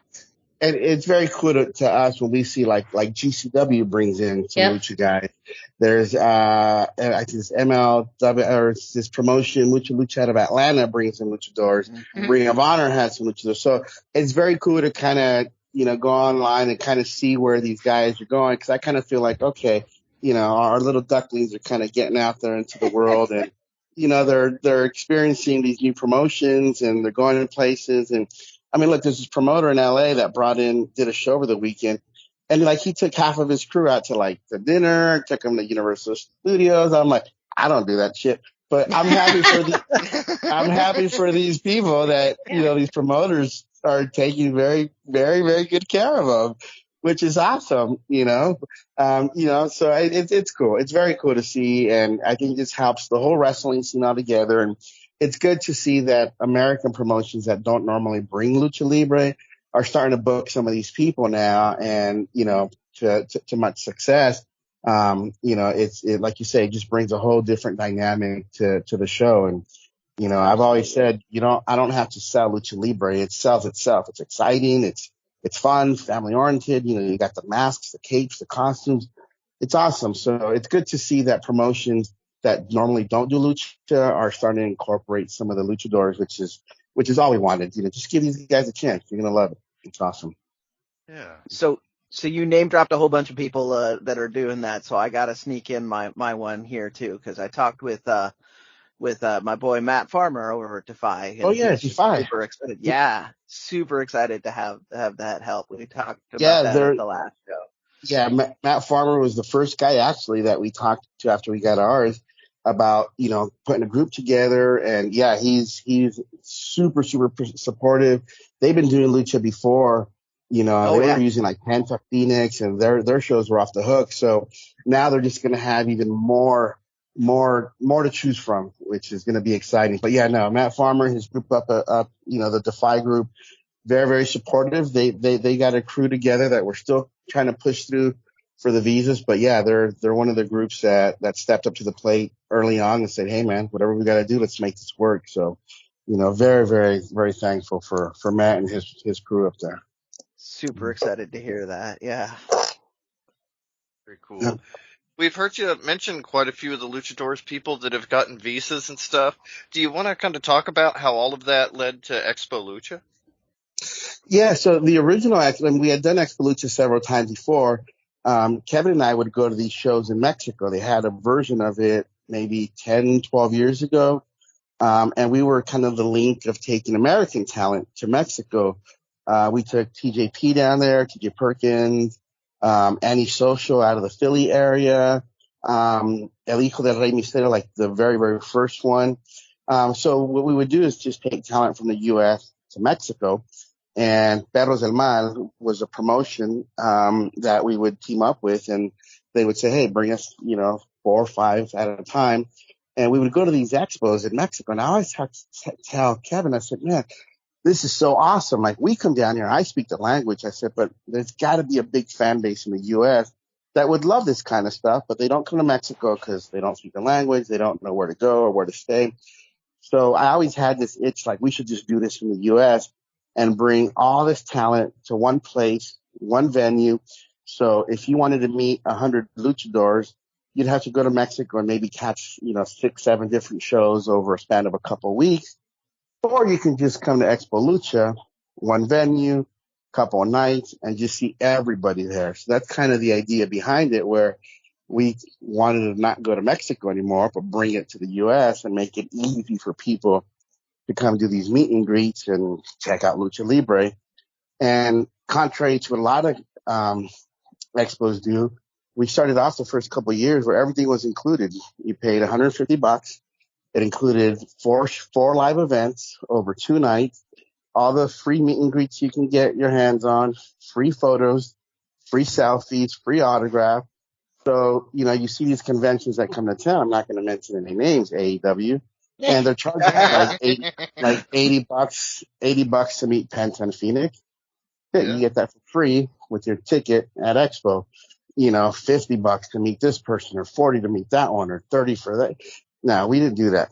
So even now, our Expo, if you bought the platinum and the gold, you get free autographs, you get free selfies. There's no additional charge. We restructured it a little bit different. Now I think platinum, you get 20 free autographs and selfies. So let's just say even if the ticket costs $150, so you're paying less than $10 an autograph and a selfie, and then you're still getting the whole Expo experience and the live events for free. So I've always said our Expo Lucha is the best value out there, any convention. And that's simply because we want to bring Lucha Libre to the masses. We want people to know what this is, experience it, meet these wrestlers, buy the original and official merchandise from them, because they're all going to be there selling their official merchandise. So it's just our way of trying to expand what, part of our model is expanding Lucha Libre beyond the borders of Mexico. And this is our little way of doing it, just trying to bring it to the masses. On that value thing, you sold it on one way, but there's another angle on that. $150 for 4 shows. I mean, like, I can't get to 2 shows for $150 these days. Yeah, and I think for Philly, it's actually only 3 shows. We didn't do the 4th just because of the time constraint, and then the size of the venue. But still, 3 shows. 3 shows, yeah. 3 shows, that's still. And our ring announcer, Miranda Morales. Come on. That's a deal. I mean, yes, that is all true. There's no lies detected. Yeah. But it is. I mean, yeah. Go ahead. What we didn't want to do was because look, I remember when I would grow up, my parents would, I grew up in LA, my parents would take us to the Kings game to watch hockey, and then they would take us to the Lakers game. And then at some point they couldn't anymore because tickets got so expensive. Yeah. And I didn't want families to go what we went through where it just got too expensive to go, or where they would show up and then like you want a picture with this wrestler and then, oh, it's $20 and they're like, you know. So I always thought about, you know, what can my family afford? If it was my parents and my brothers, and, you know, we wanted to make it affordable, and we didn't want to scare people from not going. Look, I know there's fans out there that'll pay for everything, you know, because I see them going to these conventions, and it's great. They're making a killing. Our goal wasn't to make a killing. Our goal was to be able to survive and grow this to the point where, you know, people can come and they know that, you know, it's not scary to go, because all you do is buy your ticket and then you can meet these wrestlers. You can talk to them. You can take a picture with them. And the wrestlers, luckily, we work with a very good crew. They were supportive of our idea of doing that. And yeah, a few of them brought them up. Well, when I go to WrestleCon, I charge $40. Cool. When you go to WrestleCon, charge $40. Expo Lucha is a little different, you know, and they're very supportive of that. They know what we're trying to get at. They know what our mission is. We're trying to grow this and make it a good experience for everybody. So we've always said it's the best value out there, and you're going to get a lot more than what you pay for. And that's okay. It's cool. That's what we want. We want families to come, kids to come. We don't want to be, you know, people to show up and be scared like, oh, everything costs here, you know. I want to take a picture with this guy or take a picture with that one. No, you know, go ahead. There are a few that are complaining, but once they're there, they'll be fine. Oh yeah, they'll be fine. There's always people who have sticker shock, but yeah. Yes, yeah. And I think too, one thing is different is you're very transparent about what this money buys you. Some other events may not be so transparent, where you get the price of the ticket and you think everything is inclusive, but then you get there and you realize it's very much nickeling and diming you for every autograph, every experience, every show. Yes. And so that's super important. If we would do that, I would be so much less stressed today. But you know, we don't do that because, you know, we want people to go home thinking, you know what, this is fucking cool. Wherever they're at next year, I'm going to go. Because we want to build it. We want to build it and grow it. There may come a day someday where things are going to change, right? Where some corporation takes over it and, you know, they have their own structure. But while it's Mass Republic, Kevin and I, you know, we want to bring the best bang for your buck. And we think that if we do that, people will keep supporting us. And there are, because I see the tickets come through and I recognize the name. People that were in Vegas, people that were in San Diego, people that are now going to Philly. So, you know, all this is just here. Yes. Yeah, because I see all the names coming through, and you know, I start recognizing all the names, and I'm like, cool, this is awesome. But that's how it is. We're trying to build this, and we hope the fans can come out. And look, there's a lot of wrestling out there. Support them all. But if you want a genuine, like a fan experience where you're just going to show up, you know, you're going to have your tickets for all the free autographs that you get and all the free selfies, and there's still some cool stuff to buy and see, and just have a really good time watching some killer matches. Look, Dragon Lee versus Laredo Kid on night one. Okay. What are you gonna put? Darby Allin against a Hardy? Really? No. Laredo Kid, Dragon Lee. That's night one. You know. So we got Psychosis. We got some classics. We got Taurus. We got we got everything in Lucha Libre, but it's all the guys that were inspired by Ray and Psychosis 27 years ago when they got to ECW at that same arena. So we booked the show with that in mind. Who are the guys that can go? You know, Astro Lux, another young kid. He can go. Lince Dorado, straight off of WWE. That dude can go. So we got a lot of killers on Saturday. And if you like the classic Lucha guys, you know, Sunday's your day as well. I love that. Lucha. Yeah, if you've never seen that Lucha, the little Ewok looking guy. If you've never seen it, yeah, he's awesome. He's awesome. I had a surreal experience at Vegas with that because they put him through on a dolly. They were just bringing him through Vegas on a dolly. It was just No. It's not just they put him through Vegas. That's how he travels. Oh, he travels that way. Yeah, Les. Yeah, That's dude, styling and profiling for a whole new. who's got patience for that guy? He walks real slow. So everywhere he goes, they got his dolly. Seriously. That's great. I mean, Yeah, it's awesome. Yeah. Yeah, through the airport, through the hotel. It's like, jump on your dolly, dude. Come on. We ain't got time for this. But if you've never seen him live, I mean, just him alone puts on a show. And then he adds to the match. And, and again, these are all very, very accessible people. Easy to get a photo, easy to get an autograph. I was at the show on Wednesday or last week here in Vegas. I won't say the company again. But there was this British girl. I can't remember her name, but she's one of the British girls or Australian girls that came out, and there was probably about 100 people out there, and just had her bag, had somebody carry her bag, and just ran past everybody. We had a luchadora that was in town for a Sunday. She was with her mask. She said, "Hey, can I get a picture with you?" And I even said, "Excuse me, can she get a picture with you?" But no, I gotta go. And just the whole way down through the hotel, I gotta go. Listen. You don't do that shit. Because one of these days, that girl's going to end up in Mexico in AAA or in CMLL or Arena Naucalpan. And remember, that girl's going to remember that you did that shit. So I don't care how big of a star you are. Take the time to say hi. Take the time to take a picture.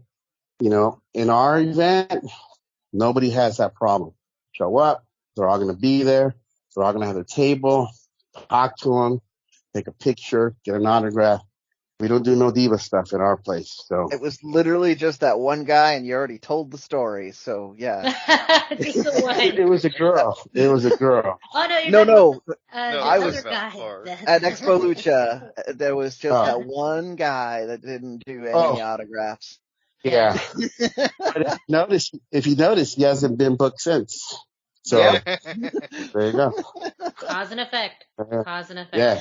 You talk a lot about some of the big things happening. I mean, what are you most excited about? Is it just having the fans there? Or are there certain matches or events that you're excited about? I am looking forward to Monday, June 13th, when this is all over. I knew you were going to say it. I was getting ready to say, you can't say when it's over. That's not a fair answer. That is the date I'm looking forward to. Mark it on the calendars, everyone. God, please, Lord, baby Jesus, just help me get to that date, and I'll be fine. No, I'm most forward to. Well, look, this weekend we got this Tequila and Taco Fest that we're doing in Kansas City. We're a part of. It's not our event, but they called us, and we're on board for like 6 dates with them. Kansas City this weekend. And then Philly next weekend. I'm just happy to be out and see Lucha Libre live and see the fans react to it and just the experience of being at a live event. I love it. Yeah, long days and hard work and, no rest. But at the end of the day, that's what I love seeing, like the live events, being at the expo and just seeing the fans cheer and boo and see somebody get a photo and somebody get an autograph. And, it's just a very cool vibe. Live events and I'm just happy just to be a part of this and be able to contribute a little bit to this thing called Lucha Libre. But yeah, I'm most looking forward to just being there. We have some partners in this and they're very professional. Every time we've literally had Wednesday morning Zoom calls for the past year, every single Wednesday, with the exception of a couple here and there for holidays. And, they're like, hey, do we have the itinerary? Who's in charge of this? And who's in charge of that? I'm like, we'll figure it out when we get there. That's just how it's stuff. Miranda, you've been to our casino events. Those are small events.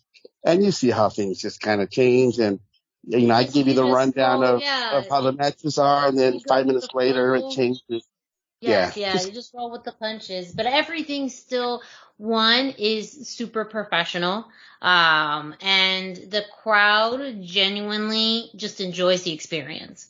So I think because the way that it's, in a way, you take yourself seriously enough that you care about the quality, but not too seriously, where you freak out when something, because it is wrestling. Something's gonna, happen that you don't expect, or things are not gonna go according to plan. So you just honestly go with the flow, and you let you do what makes the most sense, not just for you, but for, the bigger picture. And I've always appreciated that. Oh, thank you. Yeah, we keep it very loose. Look, this last event we had at a casino in California, Miranda, our second match was late. They didn't show up until the semi, so we constantly had to be updating. So, when the match was going, Miranda would come back and say, okay, what are we doing now? And then, okay, these guys are going next, and we just kind of go with the flow. And it's stressful and it's tiring, but at the end of the day, we all ended up at Applebee's, having dinner. Applebee's, yes. And we all survived, and it was cool to be able to sit down and just, eat with the people that kind of put it all together and just chill and tell stories. And that's what it's about for us. That's my favorite part of show night too. That cafe afterwards at Applebee's, Denny's, or whatever local place it is. Yeah. Yeah. And we've been very lucky where we got a good crew of people, Miranda included, that just, help us support it, make it all fun.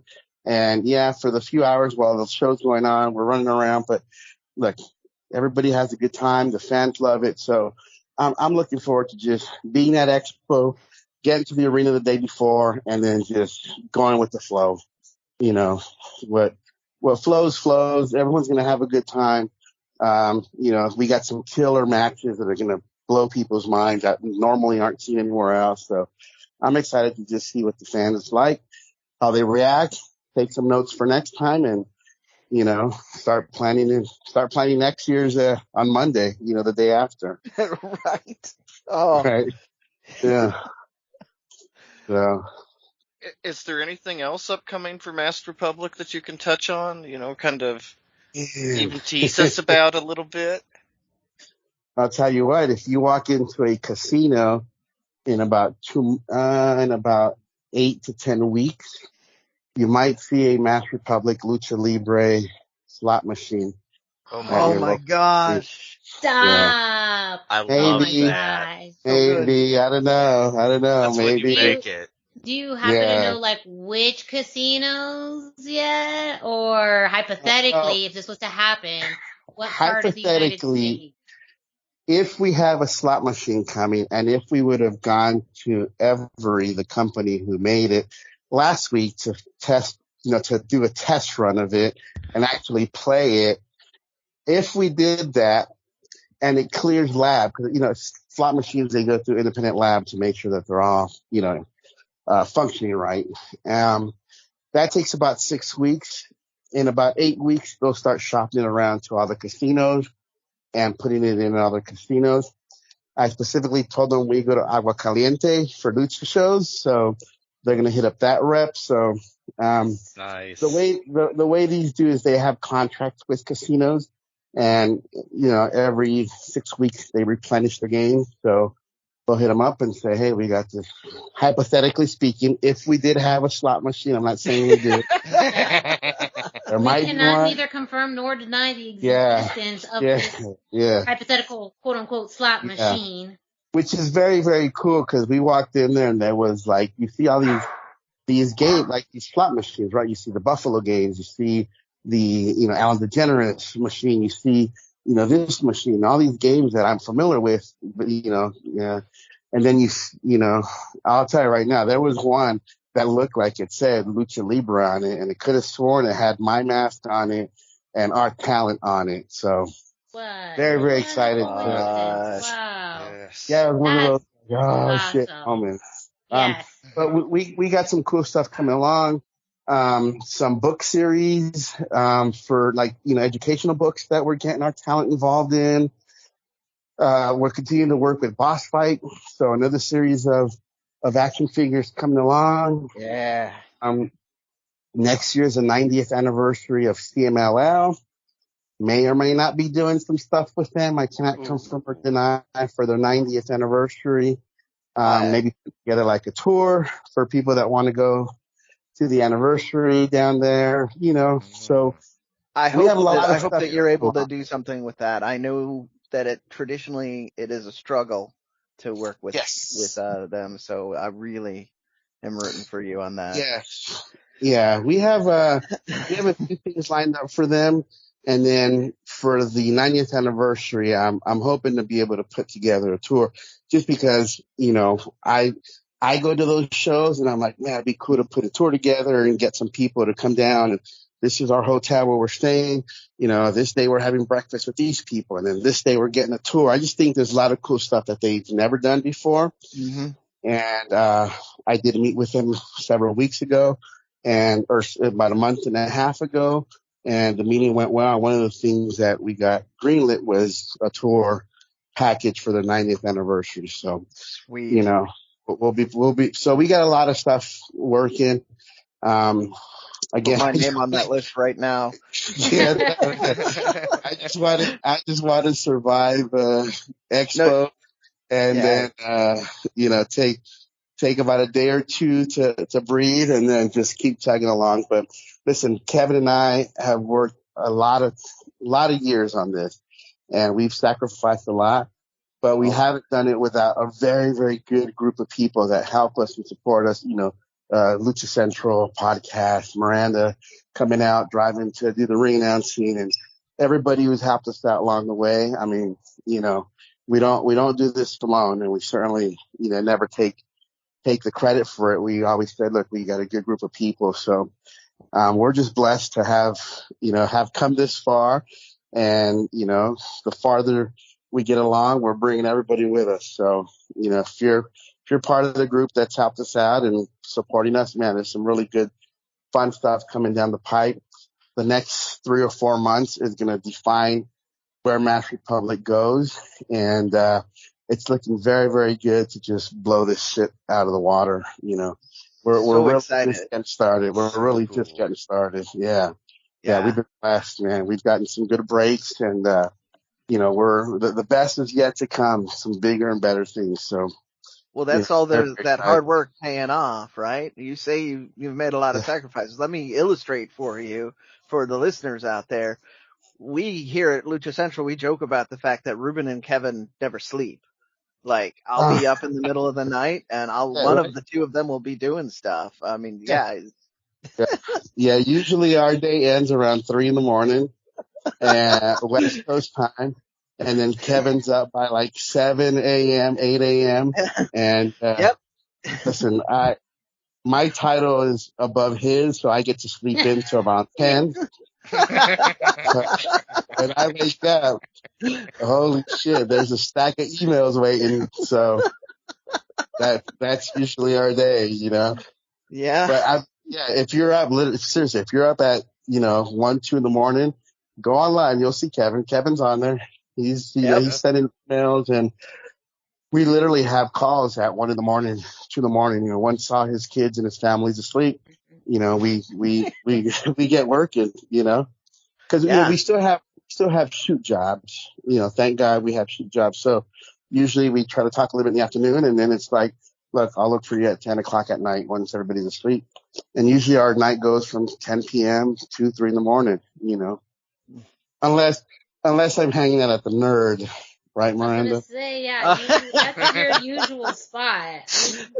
Ruben's kind of a night owl in general, but I know I see your social media. I know where you hang out, and you should see what I can't put on. Right? I know. I know a little bit enough of what happens at the Nerd Bar, but it's usually just pictures or videos of you, with your garage door going down at 5 in the morning. Yes. So you're coming home at that time. That's my cryptic message to Kevin. Like, hey man, I'll talk to you around 2 p.m.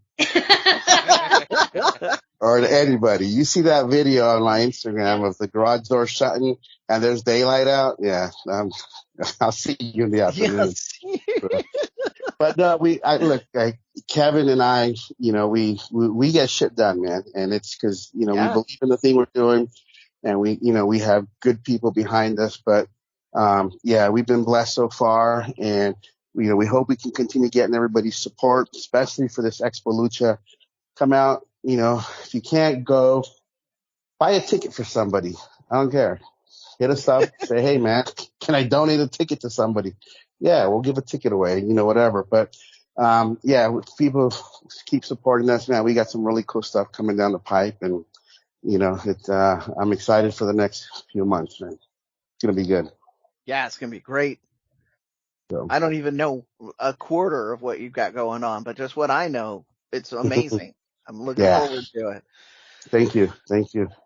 We're very excited, and we are, myself, Brendan, Dusty, are so appreciative and honored to be part of, this leg of this arm of Mass Republic with Lucha Central. I think all of us here just enjoy bringing a new audience to Lucha Libre, whether it's through Expo Lucha, whether it's through, podcasts, whether it's through merchandise, whether it is through these hypothetical confirmed, unconfirmed slot machines that may or may not be happening somewhere in an undisclosed location. Hold on. Let me clarify that. 3 separate slot machines with 3 separate groups of talent. So it's not enough that I might be able to find one up here. No, you're gonna find a bank of 3s. Jeez. And listen, I hope those machines take all your money. I was gonna say, we literally say our money. You're already taking all my money. You can't take it anymore. Yeah. I told them, can you please tighten these up to the max because I need some money. It's so exciting. And of course, awesome. Expo Lucha happening next weekend already. I know. Tickets are still available at expolucha.com. I believe there's still gold VIP tickets available, according to the website. There's a few gold VIPs left, and then there's the 2-day one. The gold VIPs come with, I think, 10 autographs and photos, and then a little bit of the swag. And then the 2-day event, I think, is up there for like $60 for both days. Yes. Yeah. That's the discounted package. Massively underselling that undervalue. So like if you can get there, that is the best single package you can get. Yeah, sure. Absolutely. And again, we have a big group of talent coming in. Some killer matches that aren't seen anywhere else. If you go to expolucha.com, the itinerary is there. But it's just going to be a very good time, family friendly. Come out, have a good time, meet some people you've never met before, and if you guys can make it, please make it. We really want to see everybody out there. If you see 2 guys running around like chickens with their heads cut off, that's Kevin and I. Yeah. Stop us and say hi, because we will not see you even if we walk right by you. So say hi to us if you see us running around there. They will be in the zone. But yeah, absolutely check out expolucha.com. Of course, also Expo Lucha is on social media, Instagram, Facebook, and that way too, if you want to see information on match and talent announcements, news, all of that. And like Ruben said, even if you can't come, feel free to buy a ticket. Even single day Expo tickets, Expo only, is just $10. And I believe show tickets for the actual Lucha events are $25. So again, too, this adds up. If you were to buy all of these things individually, those add up, and that's where you get kind of the deal in the packages. So Ruben is not lying. The math does add up when he's saying about how well priced everything is, and to be doing it in a wrestling mecca, to be doing it in what some people consider a holy land and a holy place of wrestling, with people who were so monumental with bringing such a different style of wrestling to the United States. It's truly a mildly religious experience. I mean, that was the original intent of doing it on the 25th anniversary of when Ray and Psychosis got there. So there's still a tie-in. Psychosis is still going to be there. I cannot confirm or deny whether this might be his last year wrestling, but if there are very few and limited chances to see Psychosis, true legend in the game, a guy who, changed the game for a lot of people. So if you can come out, support him as well. There aren't very many of these live appearances left in his game. I know that personally.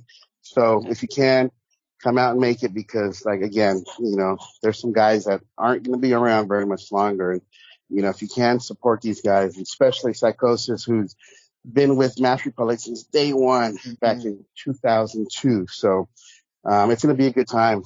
ECW Arena, now it's a 2300 Arena, Philadelphia. Come out, have a good time. And, we'll see you guys out there, hopefully. Yes. Ruben, would you like to let us know anything about where we can find Mass Republic on social media, where we can find you on social media? Oh, you don't want to see me. Mass Republic, everything's on. If you go to Mass Republic from there, it'll lead you to everything. Mass Republic, we have all social media on there, Facebook, Instagram, Twitter. We have Legends of Lucha Libre, which is also one of our other brands. That a lot of guys are under. And then we also have, of course, Expo Lucha Live and Expo Lucha. So if you get to Mass Republic from there, you'll be able to just network into everything that we're doing. Kevin Kleinrock runs, the Mass Republic site. So if you're getting a response at 3 a.m, it's him. My personal stuff, I don't even want to mention because it's a riot. So just follow Mass Republic, and you'll get to everything else there. Yes, that is massrepublic.com. That includes everything, like Ruben mentioned, the Legends of Lucha Libre action figures, NFTs, the merchandise, T-shirts, everything. To eat like a luchador, the cookbook. We even got a cookbook. Yep, I don't even know how to cook. Yeah, so I don't. Trust me, I don't know how to cook either. I just have it as a decoration. The joke after Kevin's cheese sandwich is that he doesn't know how to cook either. So please. I don't even know how to read. I just look at the pictures. I'm like, oh, this looks good. But it's great for that too. We talked about that. It's awesome, man. Like who else has a cookbook? Right? And Taya's carne asada recipe is actually amazing. That's like my carne asada recipe now. Like I stole that from her. Yeah, there are really some good ones. I think the penta tostadas were a little lame. oh no, shots fired. Right? Like tostada, like you eat that shit? But no, there's some really good recipes on there. And we had a lot of help from a lot of people, and the talent is just willing to go out there and put themselves out there for, just growing this thing called Lucha Libre. And, we use a tagline earlier on an event that says, for the love of Lucha. And at the end of the day, that's why we do it, man. We love this shit. We love this sport, everything that comes with it, all the people we get to meet and hang out with. So, I've forgotten a lot more stuff that we've done than I can remember, but all I know is we've had a great time and we've been very blessed. And, we keep chugging along with, Taco Fest this weekend in Kansas and then Expo Lucha in Philly. And if we make it to Monday, June 13th, then we'll plan something else for the future. Well, Ruben, thank you so much for joining us. Thank you so much for sharing, these news, the stories with us. Again, we owe so much to you and Kevin. We owe so much to Mass Republic, to Lucha Central. So we literally would not exist without you two. So it's very fitting that you were here to celebrate our 100th episode. Thank you so much. Yeah. Thank you guys so much for all your support. And, I'll be seeing you guys at live events pretty soon. So thank you again for everything. It really means a lot to us, and we're very grateful for all your help. Thank you so much. All right, listeners, don't forget to check out expolucha.com. Tickets are going fast for Expo Lucha in Philly just next week. Lots of different pricing and packages for you. And again, this is the world's largest Lucha Libre convention. You're going to have matches, events, things that you're not going to find anywhere else for such an amazing deal. So go to expolucha.com for your tickets now. Well, that's it for this week's episode of the Lucha Central Weekly podcast. We hope you enjoyed our 100th episode. We hope you enjoyed our interview with Ruben Zamora, us talking a little bit about the past 100 episodes and what we hope to come in the future. Of course, news of the week and the needs to know. We'll be back to our regular format in the future. But again, we wanted to do something special for 100 episodes. Don't forget to check out luchacentral.com, your centralized place for all things Lucha Libre. And follow Lucha Central on social media, at Lucha Central on Facebook and Instagram, and at LuchaCentralCom on Twitter. We already talked about it. The YouTube page has all of our previous episodes, as well as the Lucha Central podcast in Espanol. You can literally find all of our episodes on the YouTube page, as well as interviews and content matches, things that you cannot find anywhere else.